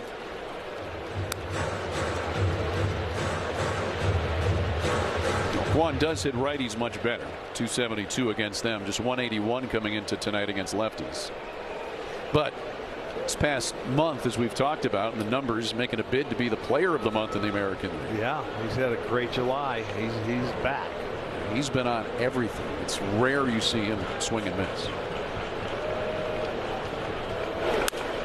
It's that one to left center. That one headed toward the gap. It's down. It's a base hit. Kwan with the big turn. He'll head to second base. Here's the throw. It won't get there. A double for Stephen Kwan, who never hesitated as he rounded first. He kept going, and now he's in scoring position with one away here in the 5th. Well, he knew at home plate as soon as he hit that ball, it was in the gap, and it was going to be a double. See, he going. He knows they weren't going to catch it, and it wasn't even close at second base. Perdomo had to get that ball, and there you go. You've got a one-out double, only the 3rd hit. But a man in scoring position. See if you can get him home. And Kwan's had 2 of Cleveland's 3 hits tonight. Now Angel Martinez 0 for 1 with a sacrifice bunt back in the 3rd. Again, you can see Brett, the way he sets up. It's hard to see the runner at second. And we've seen him disengage multiple times with runners at second, but only got a couple of those per batter. Well, we saw Bybee come off the mound. I thought it was a balk earlier in the game, and he got the 3rd out of an inning. Yeah. It's his 2nd disengagement. All right. Hey, for the guys on this side, they feel like they got Brett where they want him. Yeah. He's worried about the guy at second, and it is. You know what? I couldn't tell the first time. It is a strange setup for a lefty, Al. It certainly is. With a guy at second base. And I think the guys realize that, so they're going to continue to have good leadoffs to keep. Well, you're right. They'll keep pressure on him if he's right. And they're going to go talk to him because I don't think Torrey's going to let this sit for a while. Not on a 1-0 game. And Torrey can see they are kind of getting in his head by just doing that. Well, he's disengaged twice, so if he does it a 3rd time, he's got to pick off the runner, or you get awarded third base. It rarely happens that you. That's true. You would use a 3rd time, so it's going to be interesting to see if Kwan can get a good jump here, possibly, and get to 3rd. You got 1 out, though. You're in scoring position. Right. If you can get the good jump. Moreno's saying, hey, he's got a quick release. He says, you know what? Don't worry. Just forget about him. Get the hitter. Right. You got to get the hitter here. Because you got Jose on deck. You got 2 good hitters. You got you're back to the top of the lineup now for the 3rd time. So, he's stalling. There's someone working out in the bullpen. And it's Marte's job to hold him close at second. Swing and a miss for Martinez. Yeah, Marte he's probably, what, 15, 20 feet away? And that's why you got to hold him closer to second base, because Martinez doesn't hit a lot of balls to the right side from this side of the dish. Right. So he should be a little closer, or Kwan could go. One dancing away, but staying. Martinez ground ball to 3rd. Boy, nice backhand by Arenado. Throws to 1st, and he gets Martinez. What a play. Wow. That's why you see 10 gold gloves right there. He made that look easy. And I mean, he took his time because he knew he was going to throw the guy out at first. Backhand. The trust now in watch his arm, him. Watch the foot. Yes. Watch the footwork. He took that extra step to get something extra on it, and made it look so easy. He knew the guy was going to come to 3rd. It didn't matter. There you go. Those are the best. He's second best. He's got Angel beside himself. Well, that's why Nolan Arenado has been such a good player in Major League Baseball. Good hitter for so many years, but just as good defensively. Oh, yeah. There's not many better, I'll tell you what. All those guys that you're looking at right there were tremendous 3rd basemen. But Brooks, he led the way with a 16 goal. Think about it, 16 goals. Kidding me? So they intentionally walk Jose Martinez. Rightfully so. To get to the lefty, or rather That's Jose Ramirez. That'd be 2 players, but I'd take it. Yeah, we would take that. But to get to the lefty, DeLauder fouls that one. The plate. Ball found the bat there. He was. Yeah. And as we mentioned, Chase DeLauder is better against lefties than righties with the splits. Oh, yeah. Coming into tonight, 371 against lefties, 239 against righties. So keep that in mind, though he's 0 for 2 tonight. And with 2 outs, wouldn't you expect Jose to be going? I was just going to say he's going to run. Absolutely. If they want to throw through. Not that Kwan's going to come in. But you know what? Go ahead and keep the pressure on him. The 0-1 coming to DeLauder. If you can detract a little of that attention, bingo. You know, you may make him make a mistake. He held that one a little longer that time. So look at the runners, Ramirez and Kwan. DeLauder trying to come up with a 2-out RBI hit. It's that one to left. That'll be routine for Max Kepler. So the Guardians get a couple of base runners. We can't push them across. We'll head to the 6th. It's still 1-0 Cleveland.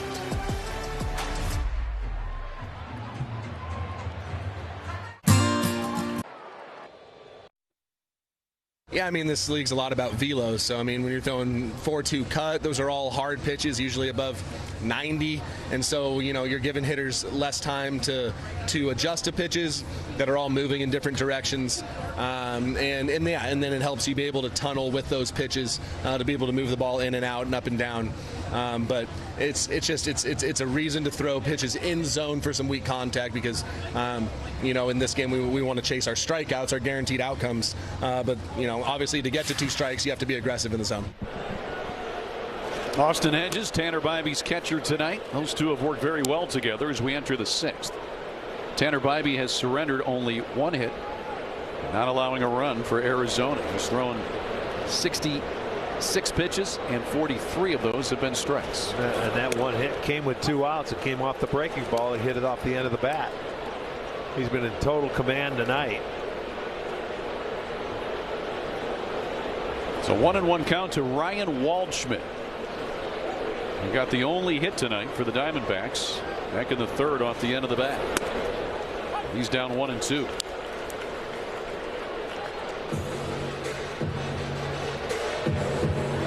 at the numbers on Ryan Waldschmidt. He's been a nice young player for Arizona this year.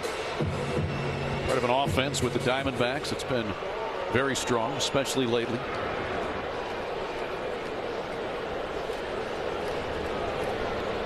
Now the 1-2 pitch to Ryan Waldschmidt. High.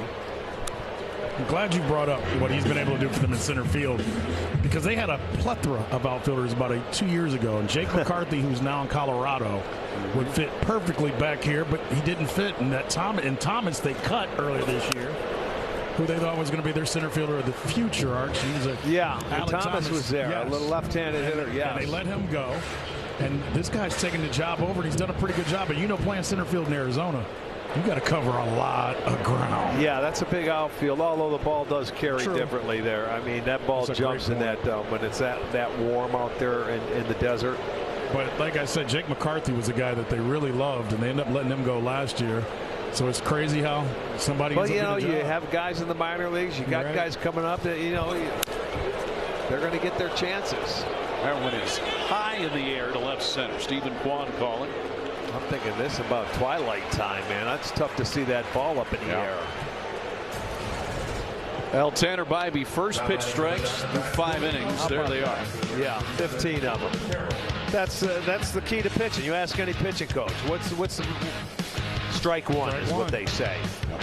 You know, and you'll get some outs. They had 3 outs on that first pitch, and those are things that help you, boy. If you can get that leadoff man out, no base runner, it's awfully tough to score when you have nobody on and 2 outs to go. Working all parts of the zone as well.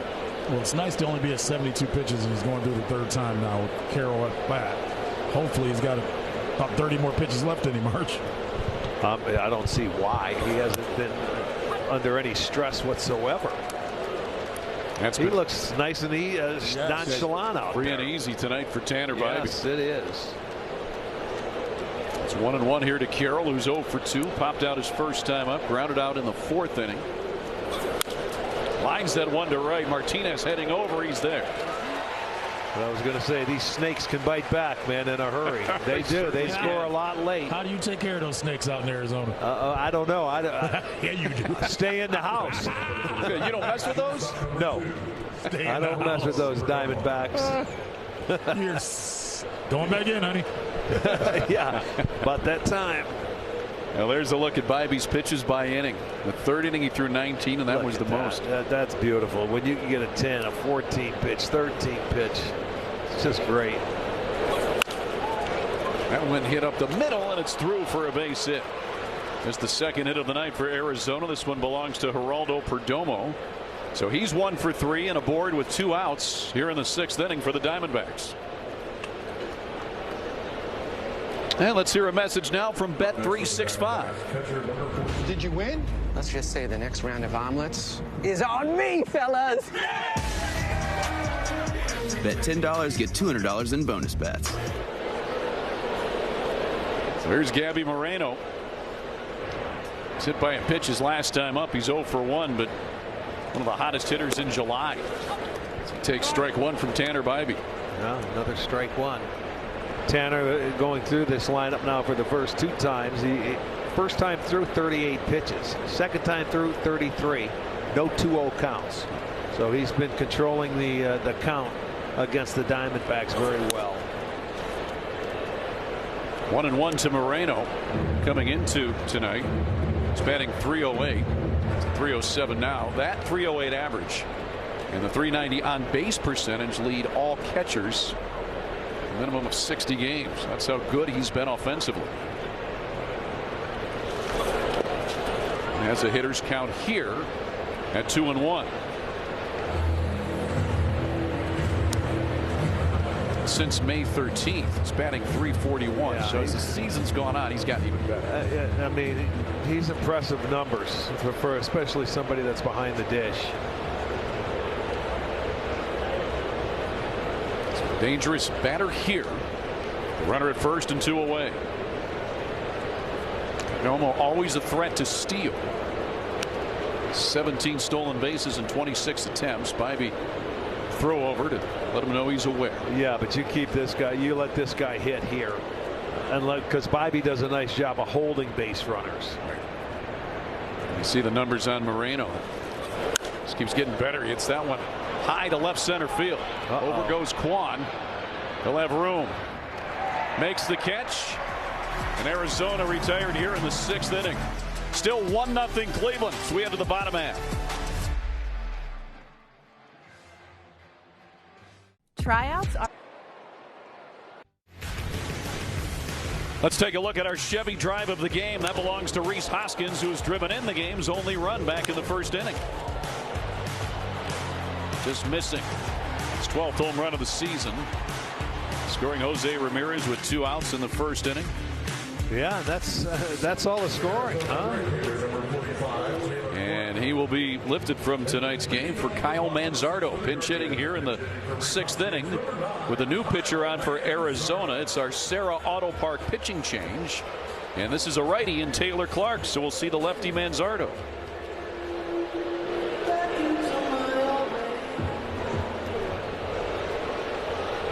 So look at the numbers on Taylor Clark. He's been effective out of the Diamondbacks pen.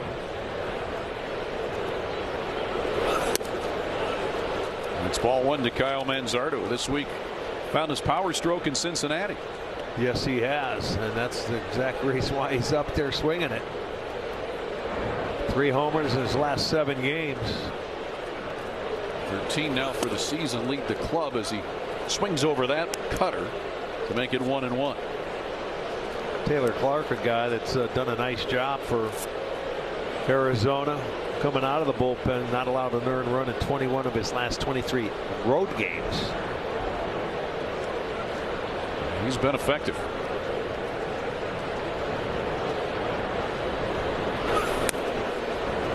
Two and 1 now to Manzardo.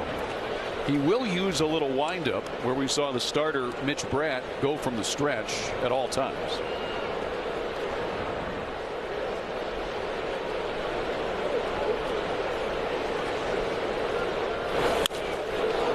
Manzardo hits that one down the right field line, but foul. It hooks into the netting.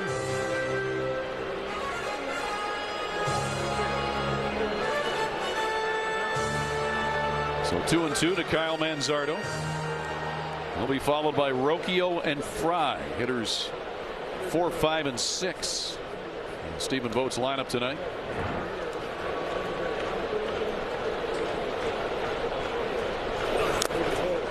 A swing and a foul tip. Moreno holds on to it.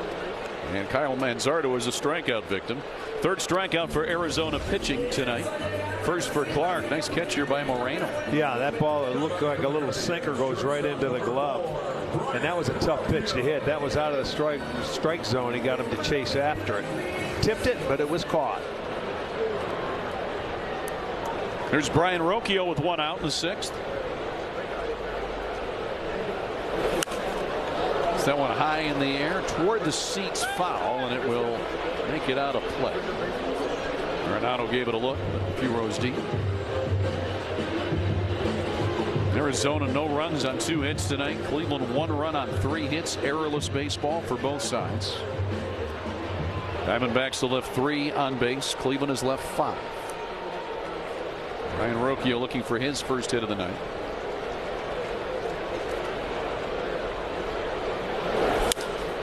It's that one to center. Waldschmidt got a little bit of a late break, but it's high enough to be no problem as he hauls it in for the second out. Let's listen to a message now from Buick GMC. Visit your Northern Ohio GMC dealers for professional grade trucks. And we've got another pinch hitter. It's Petey Halpin. Pinch hit for David Fry. Yeah, he'll come in and he'll go to center field, and they'll move Quan back to left. Yep. Petey Halpin takes the ball there. So you'll have your best defense out there now.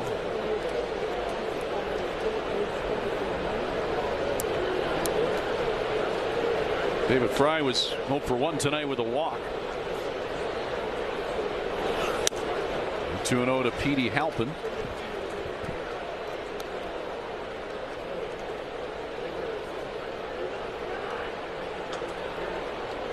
Petey batting .244 against righties, just .045 against lefties. So it's a good spot for Halpin against Clark.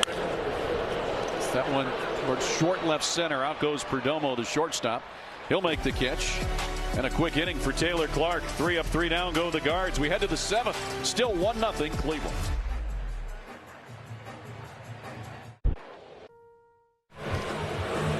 Well, it's Guardians Kid Fun Day and also Slider's birthday party on Sunday. Kids get to run the bases after the Guards face the D-backs. That ball game is 1:40 start. Thanks to Cleveland Clinic Children's. You can get your tickets at cleguardians.com. How old Slider now? 75? No, Slider about 40. 40. That's right. Just under 40. In Slider years or in people years? Yeah, no kidding. Talking about somebody that never ages. Slider looks the exact same now as he did in 1990. It's amazing. It is. It never ages. It's like you, Al. Yeah, that's true. I wish. Just like you. And I gotta see what you and Charlie have been doing. Yeah, you're right. I'm gonna get a picture of you, Charlie, and Slider. They've never aged. Could be 1995. It could be 2026. Who knows? Here's a look at the defensive changes. Manzardo to first, Halpin to center, and Quan to left. You know, you look at Marte's numbers. You guys know that he's top 2 in 8 offensive categories for the Diamondbacks. And you guys were talking earlier in the game. He usually is hitting second or first. Yeah. Right. But about 2 weeks ago, they decided to move him in the 4th spot just because of the production he's been able to have with the power, Arch. He's never been, you know, he's always hit home runs, but power-wise, Corbin hasn't hit as many as in the past, so they've moved him down in the lineup. Moved all the other guys up. They want some RBIs, yeah. And this guy, I mean, he's a good hitter. And from the right side, he's look at this. Devastating. Here you go. Since 19. Quiet superstar in a way, because I don't think many people know how good he truly is. No, we've watched him play his whole career, and I'll tell you what, this guy's awesome. And if you've noticed, Biden hasn't thrown him a lot of fastballs so far. Well, the first at-bat, he threw him 2 hooks and then a nice changeup, and he's not going to, he'll show him the fastball. He's not going to throw it to where he can hit it. There's the payoff pitch. See that? That was that's good. He wants to challenge that. I know he does. See that cutter. I think he might have nipped the corner. Let's see. This ABS challenge brought to you by T-Mobile. Did Hedgie challenge that? He did. Okay. He got it. Oh, I mean barely. Asim caught it. Good call. Look at that. No, you better put the seam on it. That's no white call. What a pitch. I mean, didn't give in. Just a terrific pitch. That's a... There used to be an umpire back in the day, Derwin Merrill. And as a hitter, you'd say, that's not a strike. He said, oh, yes, it is. That's a Hall of Fame pitch. Yeah, he'll get in the Hall of Fame. You keep calling it. Hall of Fame. Did you tell Derwood that? Yeah, exactly. That one smoked to right. Martinez goes down and makes the catch. That ball had some topspin on it. And Angel Martinez able to retire Max Kepler, who continues to hit the ball hard in this park. But Martinez had an answer here. That was 108 off the bat, boys. Yeah, and watch it go sinking. Here comes the topspin now. He's got to get there, and boy, oh boy, you stay back. You take a divot out there? Well, he tried to stop, and his foot slid. The right foot slid on the grass, but he caught it. That is not an easy catch. 2 outs. Angel Martinez has made some nice plays in right field today. Here's Arenado. Pops that one up. That'll stay in. Great inning. Great inning. 8-pitch inning for Bybee. 3 up, 3 down go the Diamondbacks. Stretch time in Cleveland. Still 1-0 Guardians.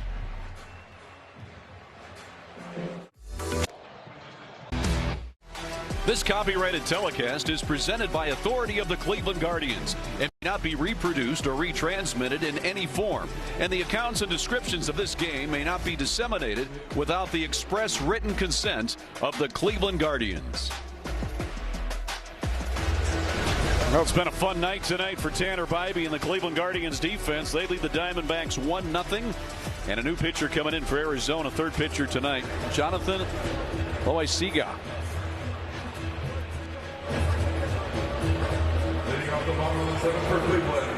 46th appearance. He's gone 42 innings. So he's coming on. Right-hander, used to be with the Yankees. You'll see the bottom third of the batting order. Bazzana, Hedges, and Kwan. Loaisiga delivers a four-seam fastball that Bazzana fouls straight back. That one 98 on the radar gun. Yeah, this guy's always had a good arm. Strikeout. Back in the second inning. Grounded out to first base. His last time up. Bet 365 around the league scores. Yankees beat the Cubs earlier today at Wrigley. Take a look at some others. That was supposed to be a pitching matchup, Arch. Yeah. That's right. You're all excited about Skeens and Green. It's 8-7. Tell you what, the White Sox jumped Martinez, hit a couple home runs early. They're up 6-1 right now. Yep. And Caminero hit one to Tampa Bay. He hit one 450 yards into the bay. Center field. Did it get out of the roof? It was hit over. Yeah, you got to see it. It's one of the longest home runs I've ever seen. It looked like that batting practice we watched last week. Yeah, he can do it. And you saw the White Sox beat the Yankees too in extra innings. Game that the Yankees should have won. Here's Hedges. The way I look at it now, hey, good for the White Sox, and it's good for. I think it's good for the Guards. It makes you got to keep playing hard. You got to keep winning games. I think that's good if you want to make the playoffs. You need to have a race. I think that makes you better in October. Well, the Minnesota Twins right there now too. The Tigers lurking. Although they're expected to be sellers during the trade deadline. Wait till next week. You'll see them both next week. That's true. They're changing their rotation, though, which tells us all we need to know. Mize isn't pitching this weekend, so they may be unloading, boys. Yep. Al, you got to do it. Time's running out. 2-1 to Austin Hedges. Flew out both times up previously. To right field in the second. To left field in the fifth.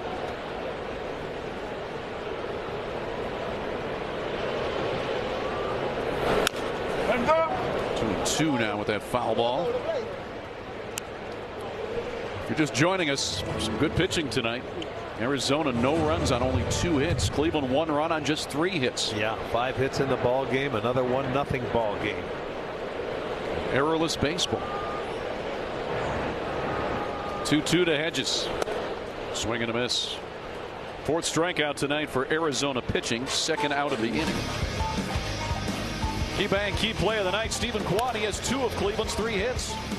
First time up, a nice little line drive, taking it the other way. And then the second time, let's go with a double.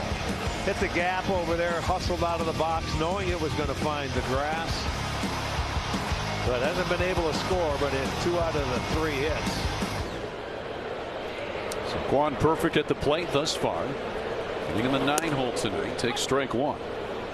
Well, it's not a surprise that this is a 1-0 game in the 7th inning. Both the Guardians and Diamondbacks have the most wins by fewer than 3 runs in 2026. The Guardians tied with the Cardinals for 32, the most in Major League Baseball. As you see the numbers on Kwan. And the Diamondbacks with 28. They're 5th in MLB with that number. So these teams are used to winning with a low run total. Yeah. We know we are. We see it every night. A lot of 1-2 run games.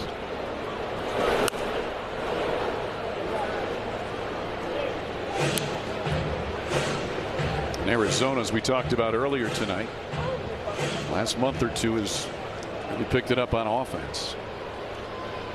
Tonight, Tanner Bybee has been their kryptonite. Here's the 1-2 to Kwan. 2-2. Moved over to left field after starting the game in center.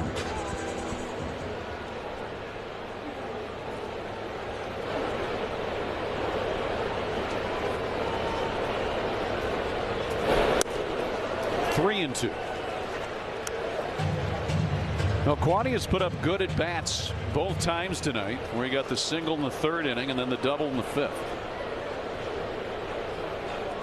He's run the count full here.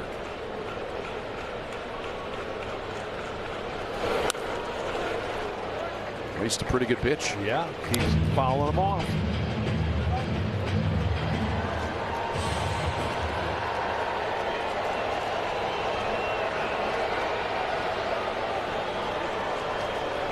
He's got the average up to 251. In his 3 plate appearances tonight, he's seen 18 pitches, now 19.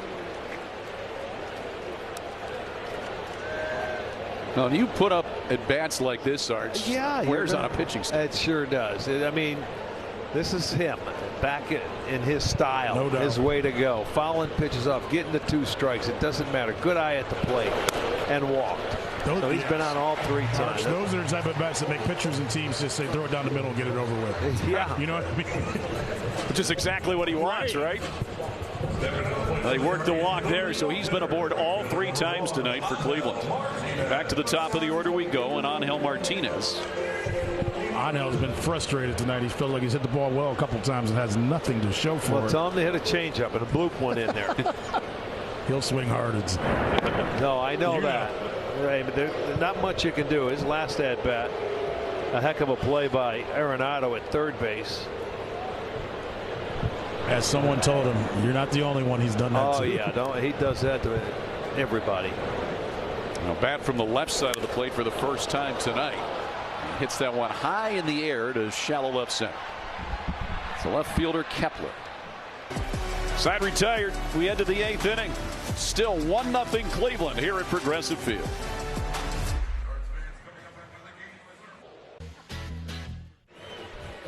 Well, it's Marble night. That'll be Wednesday when the Guards host the Mets. Kids 6 and under will receive a Spider-Man comic book while supplies last. You can go to CLEGuardians.com. 8th inning in Cleveland. Tanner Bybee, 87 pitches. And he delivers strike 1 on a foul ball to Adrian Del Castillo for 2 tonight. 36,639 here this evening, the 4th sellout of the year for Cleveland. Fireworks night tonight. Blasted one off between innings. See a little smoke yeah, there. It's not that wind's not blowing, so it's the smoke's staying here. Very still. Either that or Canada's still on fire. Well, you might see some of that smoke coming in tomorrow. I love it. Well, Tanner with 11 outs tonight on 3 pitches or less, and that's why he's into that 8th inning. You know, I'm glad you said that because I was going to bring up he's only got 4 swings and misses so far in the game. Yeah, and he's pitching into the 8th inning. You had Nagy up there earlier, and I feel like this is a Charles Nagy type game, right? This is how you get deep in the game. Yeah. You attack hitters, you let them put it in play. You don't let them, but I mean, and you pitch from in front. He's done that all night long. And it almost seems like it's easy because, as you guys said earlier, it is. It's free One and easy strikeout, there, right? and he has it. Oh wait, 2 strikeouts, right? No, wait. 2 strikeouts. 2 strikeouts. There you go. 2 strikeouts. And make it 3. There you go. Time now for the progressive defensive play of the game. How about Angel Martinez? First inning into the net, and he makes the catch. Yeah, it was like he was a fish. He got caught. That's right. Nice timing, but he got over there in time. Look at the kid's face. His face is everything. You can't believe it. Oh, my goodness, he's going to come into the seats. Thought they were going to catch a ball. Instead, they caught a Angel. Well played. 6 in a row now for Bybee, and a swing and a miss for Tawa. He's 0 for 2 tonight.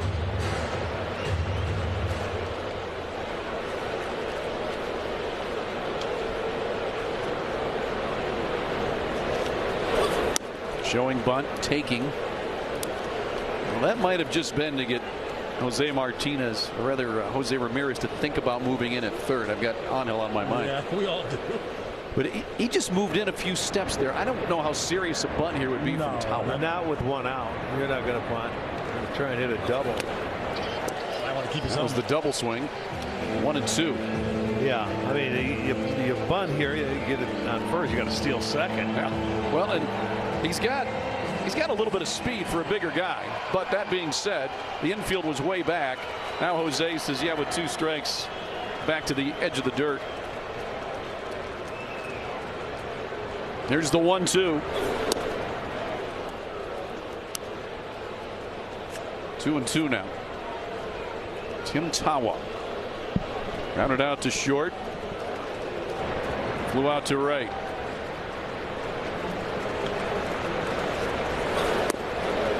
Full count.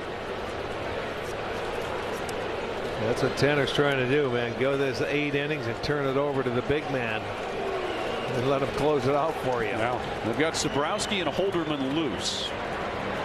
Tanner would love to get through this inning. He walks Tawa. That might be it. So he's aboard with 1 out. That's the first base runner since Perdomo singled in the 6th for Arizona. One more chance. Carl's coming out. So both pitchers appear ready. Bring Ryan Waldschmidt to the plate. He has one of Arizona's 2 hits. Waldschmidt with a single in the 3rd. Perdomo with a single in the 6th, and that's been it for Arizona as far as hits go. He's just going to give him a breather and say, hey, look, let's go. Get yourself a ground ball. Get a double play. We'll get out of this inning. Well, Tanner Bybee's fantastic tonight. So his swings and misses you guys were talking about. First 7 innings he had 4. Here in the 8th inning he's had 4 swings and misses. Yeah. See the Arizona hitters this inning a little bit more aggressive, but when you throw strikes, that will eventually cause you to do that. Absolutely. It makes a hitter more aggressive because you know he can put you away once he gets ahead. He's done it all night. So Waldschmidt will bat here with the runner aboard, 1 out. Oh no, go foul. And it'll get foul. Bybee kills it. That's the last thing you need is a swing and bunt hit. He's looking for the ground ball. Yep. But there you go. They swing at a big curveball like that on the first pitch. So it's a good thing it was foul. Waldschmidt with that single in the 3rd, flew out to center field in the 6th. So here we are in the 8th inning. Still seeing hitters for just the third time tonight for Arizona.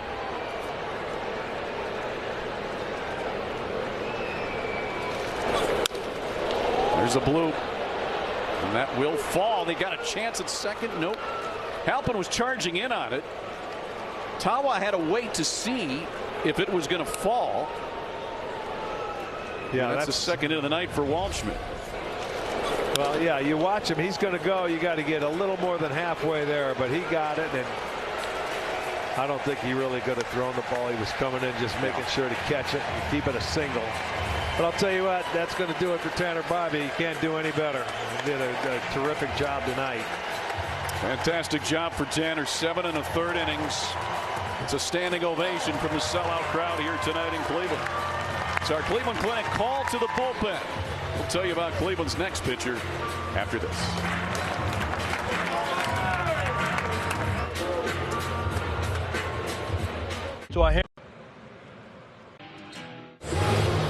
Cleveland Clinic call to the bullpen brings Eric Sabrowski on with 2 on and 1 out here in the 8th inning in a 1-0 game. We'll face the top of the order in Corbin Carroll. Looking for his first hit of the night. 0 for 3, but lined out. His last time up, center field. He's right on it against Bibee.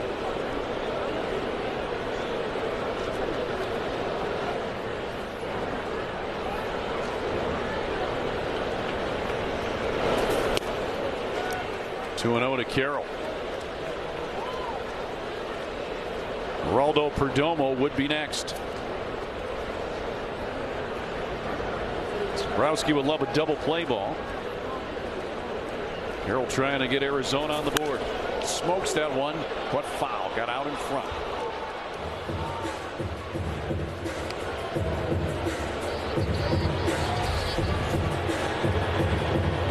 Game 2-0. He's got to throw a fastball, and I'll tell you what, Carroll was ready for it. He drilled it foul. See what Sabrowski comes up here at 2-1.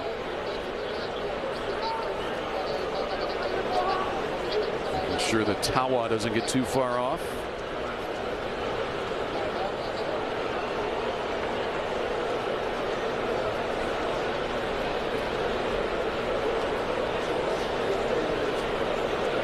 Here's the 2-1.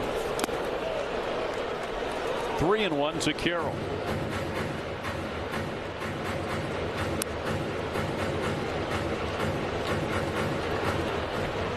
A couple of righties to follow in Perdomo and Moreno.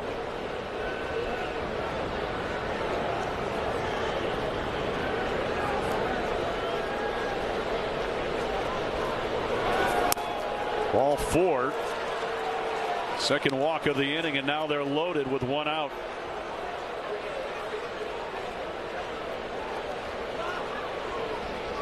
Now batting for the Diamondbacks, shortstop. So here's Perdomo. See vote. Carl Willis. Yeah, in a predicament here. Yep.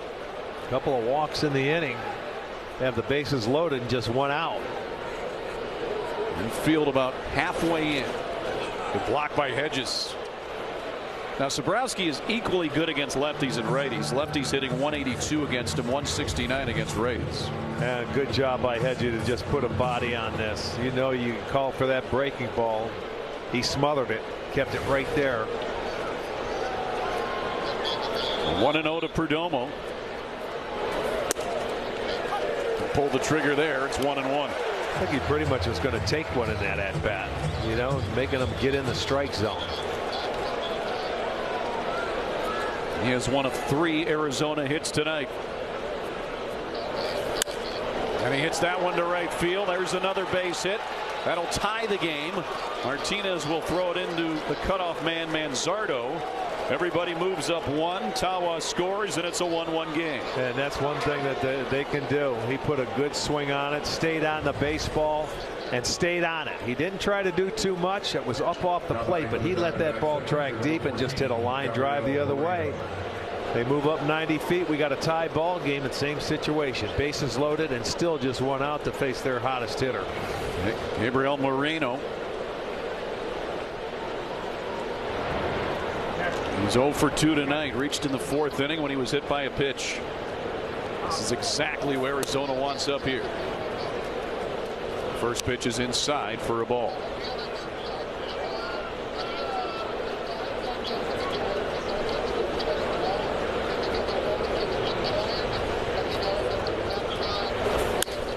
That one to right field, a base hit, and Arizona takes the lead. And it gets by Martinez. That'll allow another run to score. Throw comes into second. But 2 get home. Arizona up 3-1. They were going to stop after advancing a base each. But then when the ball got by Martinez, that allowed Carroll to come in as well. So 3 runs home this inning. And the Diamondbacks in the driver's seat. You're right. They did another job staying on the baseball. They're going to get 1, but he overcharges that ball. It goes off the heel of the glove. And now you make it 2. And Zabrowski could get nobody out. 1 walk and a couple of hits. So he will exit, and we'll take another break in Cleveland. The Diamondbacks with 3 home here in the 8th, and they lead it 3-1.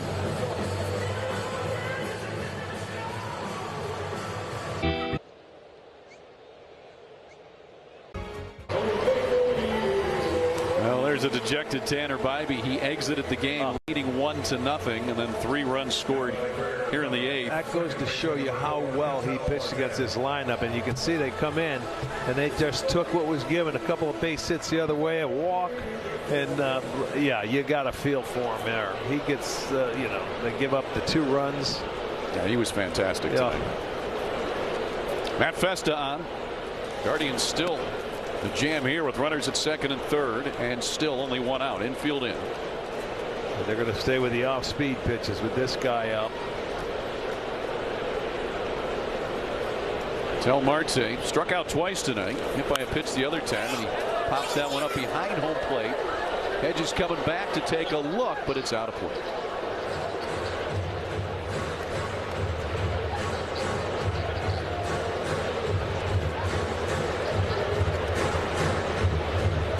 Tanner Bybee and Ketel Marte's number tonight.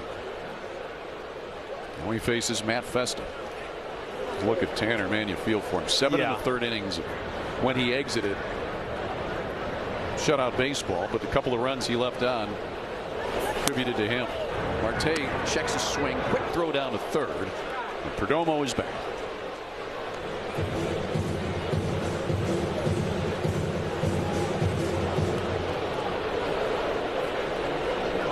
Festa trying to keep it right here at a 2-run deficit. 3 runs already home here in this 8th for Arizona. Marte able to check his swing, and now in a hitter's count.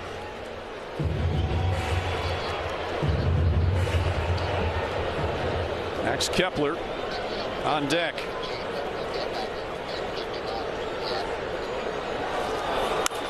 And a line drive, base hit to right field. Another run is in. That's all that'll score here. It's 4-1 Arizona. All 4 runs here in this 8th inning. Yeah, 1 too many breaking balls. He ended up taking advantage, and I'm sure sitting on it. He's seen enough of them all night long. There you see the spinner, but it was middle of the plate. He took advantage. Hit it hard to right field. So 3 straight hits going to right field and 3 runs driven in. 6 straight have reached for Arizona.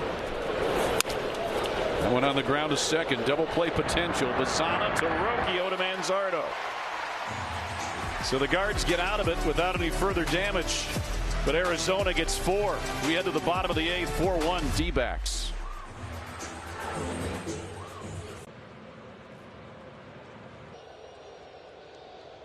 Day. The Guards host the Mets on Wednesday night, and 15,000 fans will receive a 125th anniversary tumbler. That'll be courtesy of Spitzer. Get your tickets at CLEGuardians.com. It's coming up next week. Looking good there. Yes, indeed. New pitcher for Arizona is Kevin Ginkel. Another good arm out of that Arizona bullpen. See his numbers.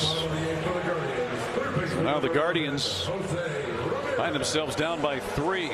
Ramirez, DeLauder, Manzardo. The hitters that are due up 2, 3, and 4 in the lineup.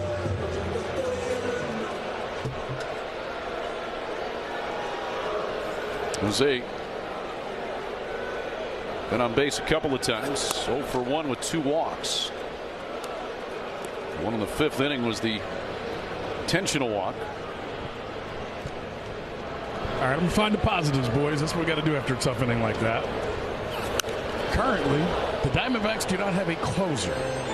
They're going by committee. Now, last season, they led the National League with 29 blown saves. And this year, they were kind of getting held down by an old friend, but he's giving it up a little bit. So they're kind of picking and choosing. So this is a big inning. Ginkel's one of their better guys, but if you can get a run across, Archer, if you can get some guys on base, that may put them in a panic over there because they really don't have a guy to quote unquote shut things down. Right, but I'm saying you're right. One to center field. Barossa going back on the track. He'll make the catch. First out here of the 8th inning. Speaking of Barossa, he's new. Entered play here as a defensive replacement. Vargas in at first base. And 1 out for the Guardians here in the 8th inning.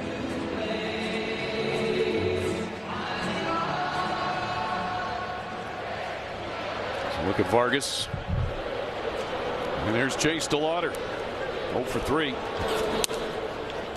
Next ball 1 from Kevin Ginkel. DeLauder flew out to right field first inning, struck out in the 3rd, flew out to left in the 5th. The ground to second. 2 outs.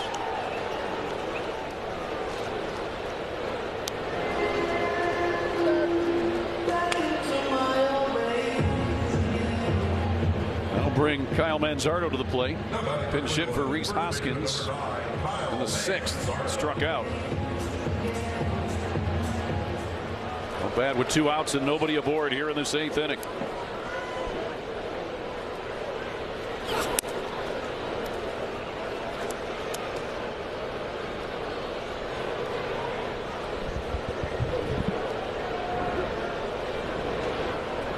One and 0 to Kyle Manzardo.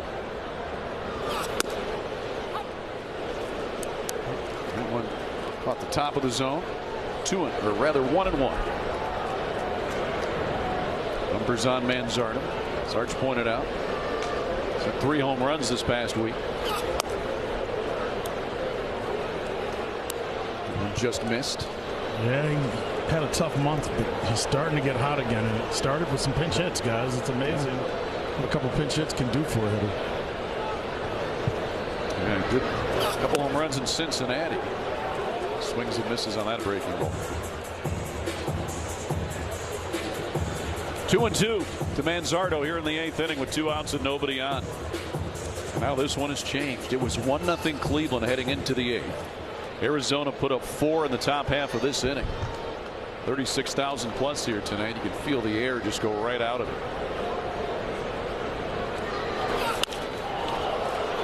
To right center. Barossa.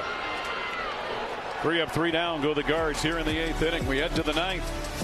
4-1 Diamondbacks.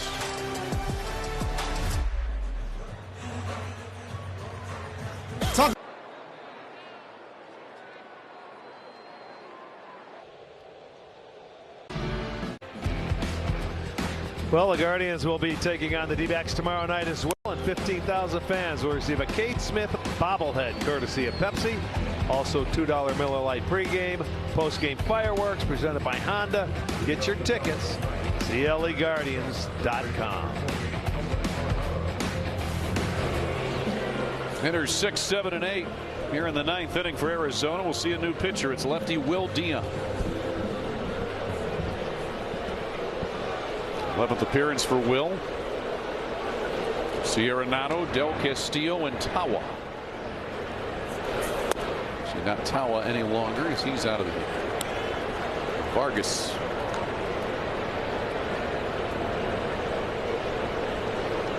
Renato 0 for 3. Struck out his last time up. That one off the end of the bat to second. Bazzano. One away here in the ninth.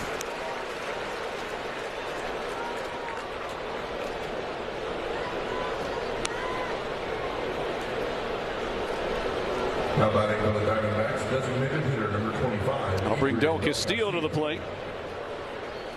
He's 0 for 3.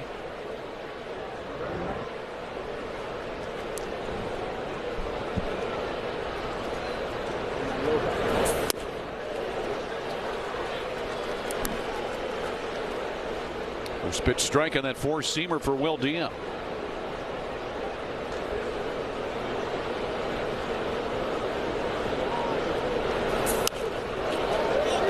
Foul back, and it'll make the seats 0-2.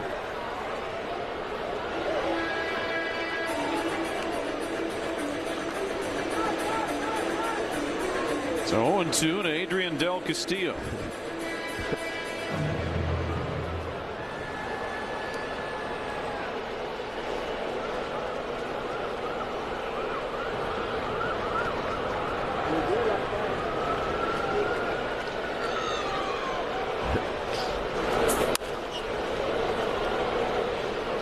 Count remains 0-2.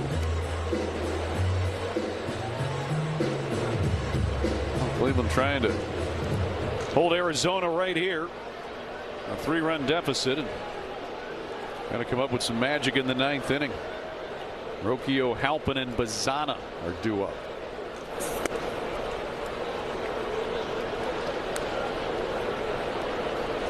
One and 2.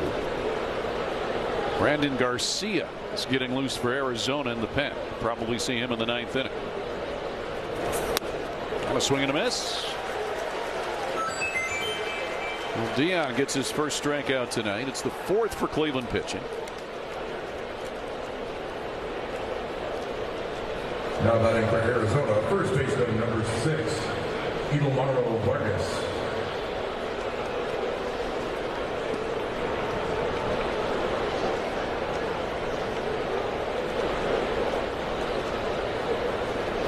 Here's Ildemaro Vargas. Came in as a defensive replacement in the 8th for Tawa.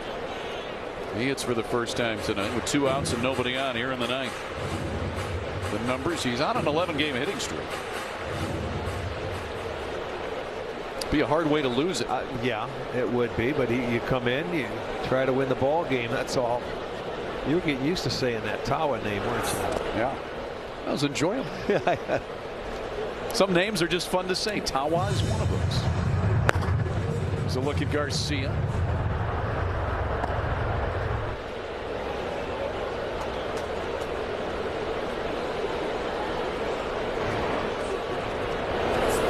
Heads up. 1-2 to Vargas.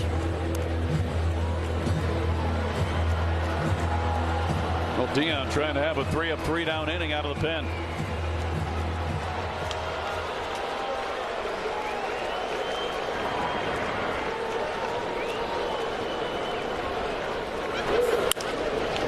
Ground is short. Rocchio keeps it in front. The throw got him. Brian Rocchio staying with it. Retires Vargas. 3-up, 3-down inning for Will Dion. And speaking of Brian Rocchio, he'll be leading it off in the bottom of the 9th for Cleveland. They trail by 3. Looking for some late magic here at Progressive Field.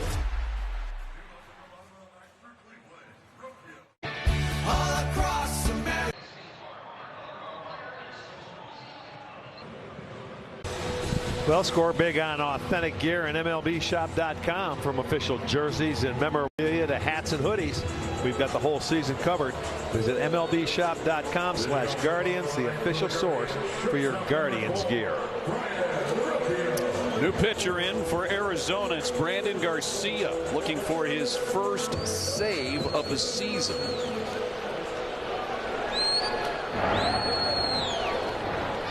He's got 13 holds. See it, check it. He is 2 for 2 in saves. It's kind of a different number there. So Brandon Garcia, who it doesn't matter if he faces a righty or a lefty, the numbers are just about equal as Rocchio grounds to short. He's retired for the first out here in the 9th inning. Garcia Has a 172 opposing batting average. Lefties are hitting 174 against him. Righties 170. There's Petey Halpin. 1 out here in the 9th.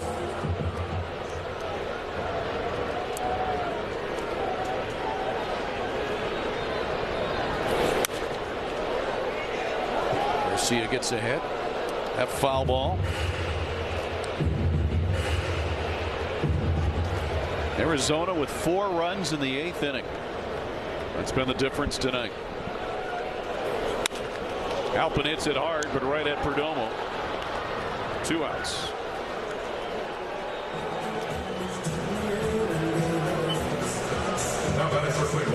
That'll bring Travis Bassano to the plate. He'll try and extend the ball game.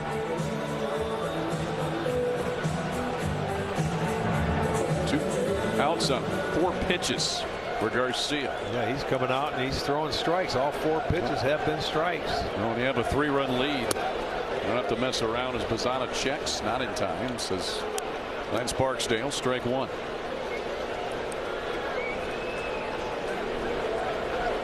Well, as most closers will tell you, trying to get a 3-run save is like a gimme.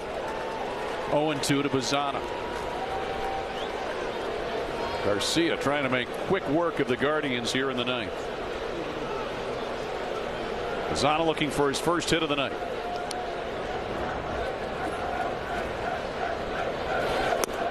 Swing and a miss, and it is quick work. That's the ball game. 3 up, 3 down go the Guardians in the 9th inning. In the final, Arizona 4, Cleveland 1. As well as Tanner Bybee pitched, led it 1-0 when he exited in the 8th. Yeah, disappointing night. Bybee, I mean, he couldn't throw the ball any better than he did.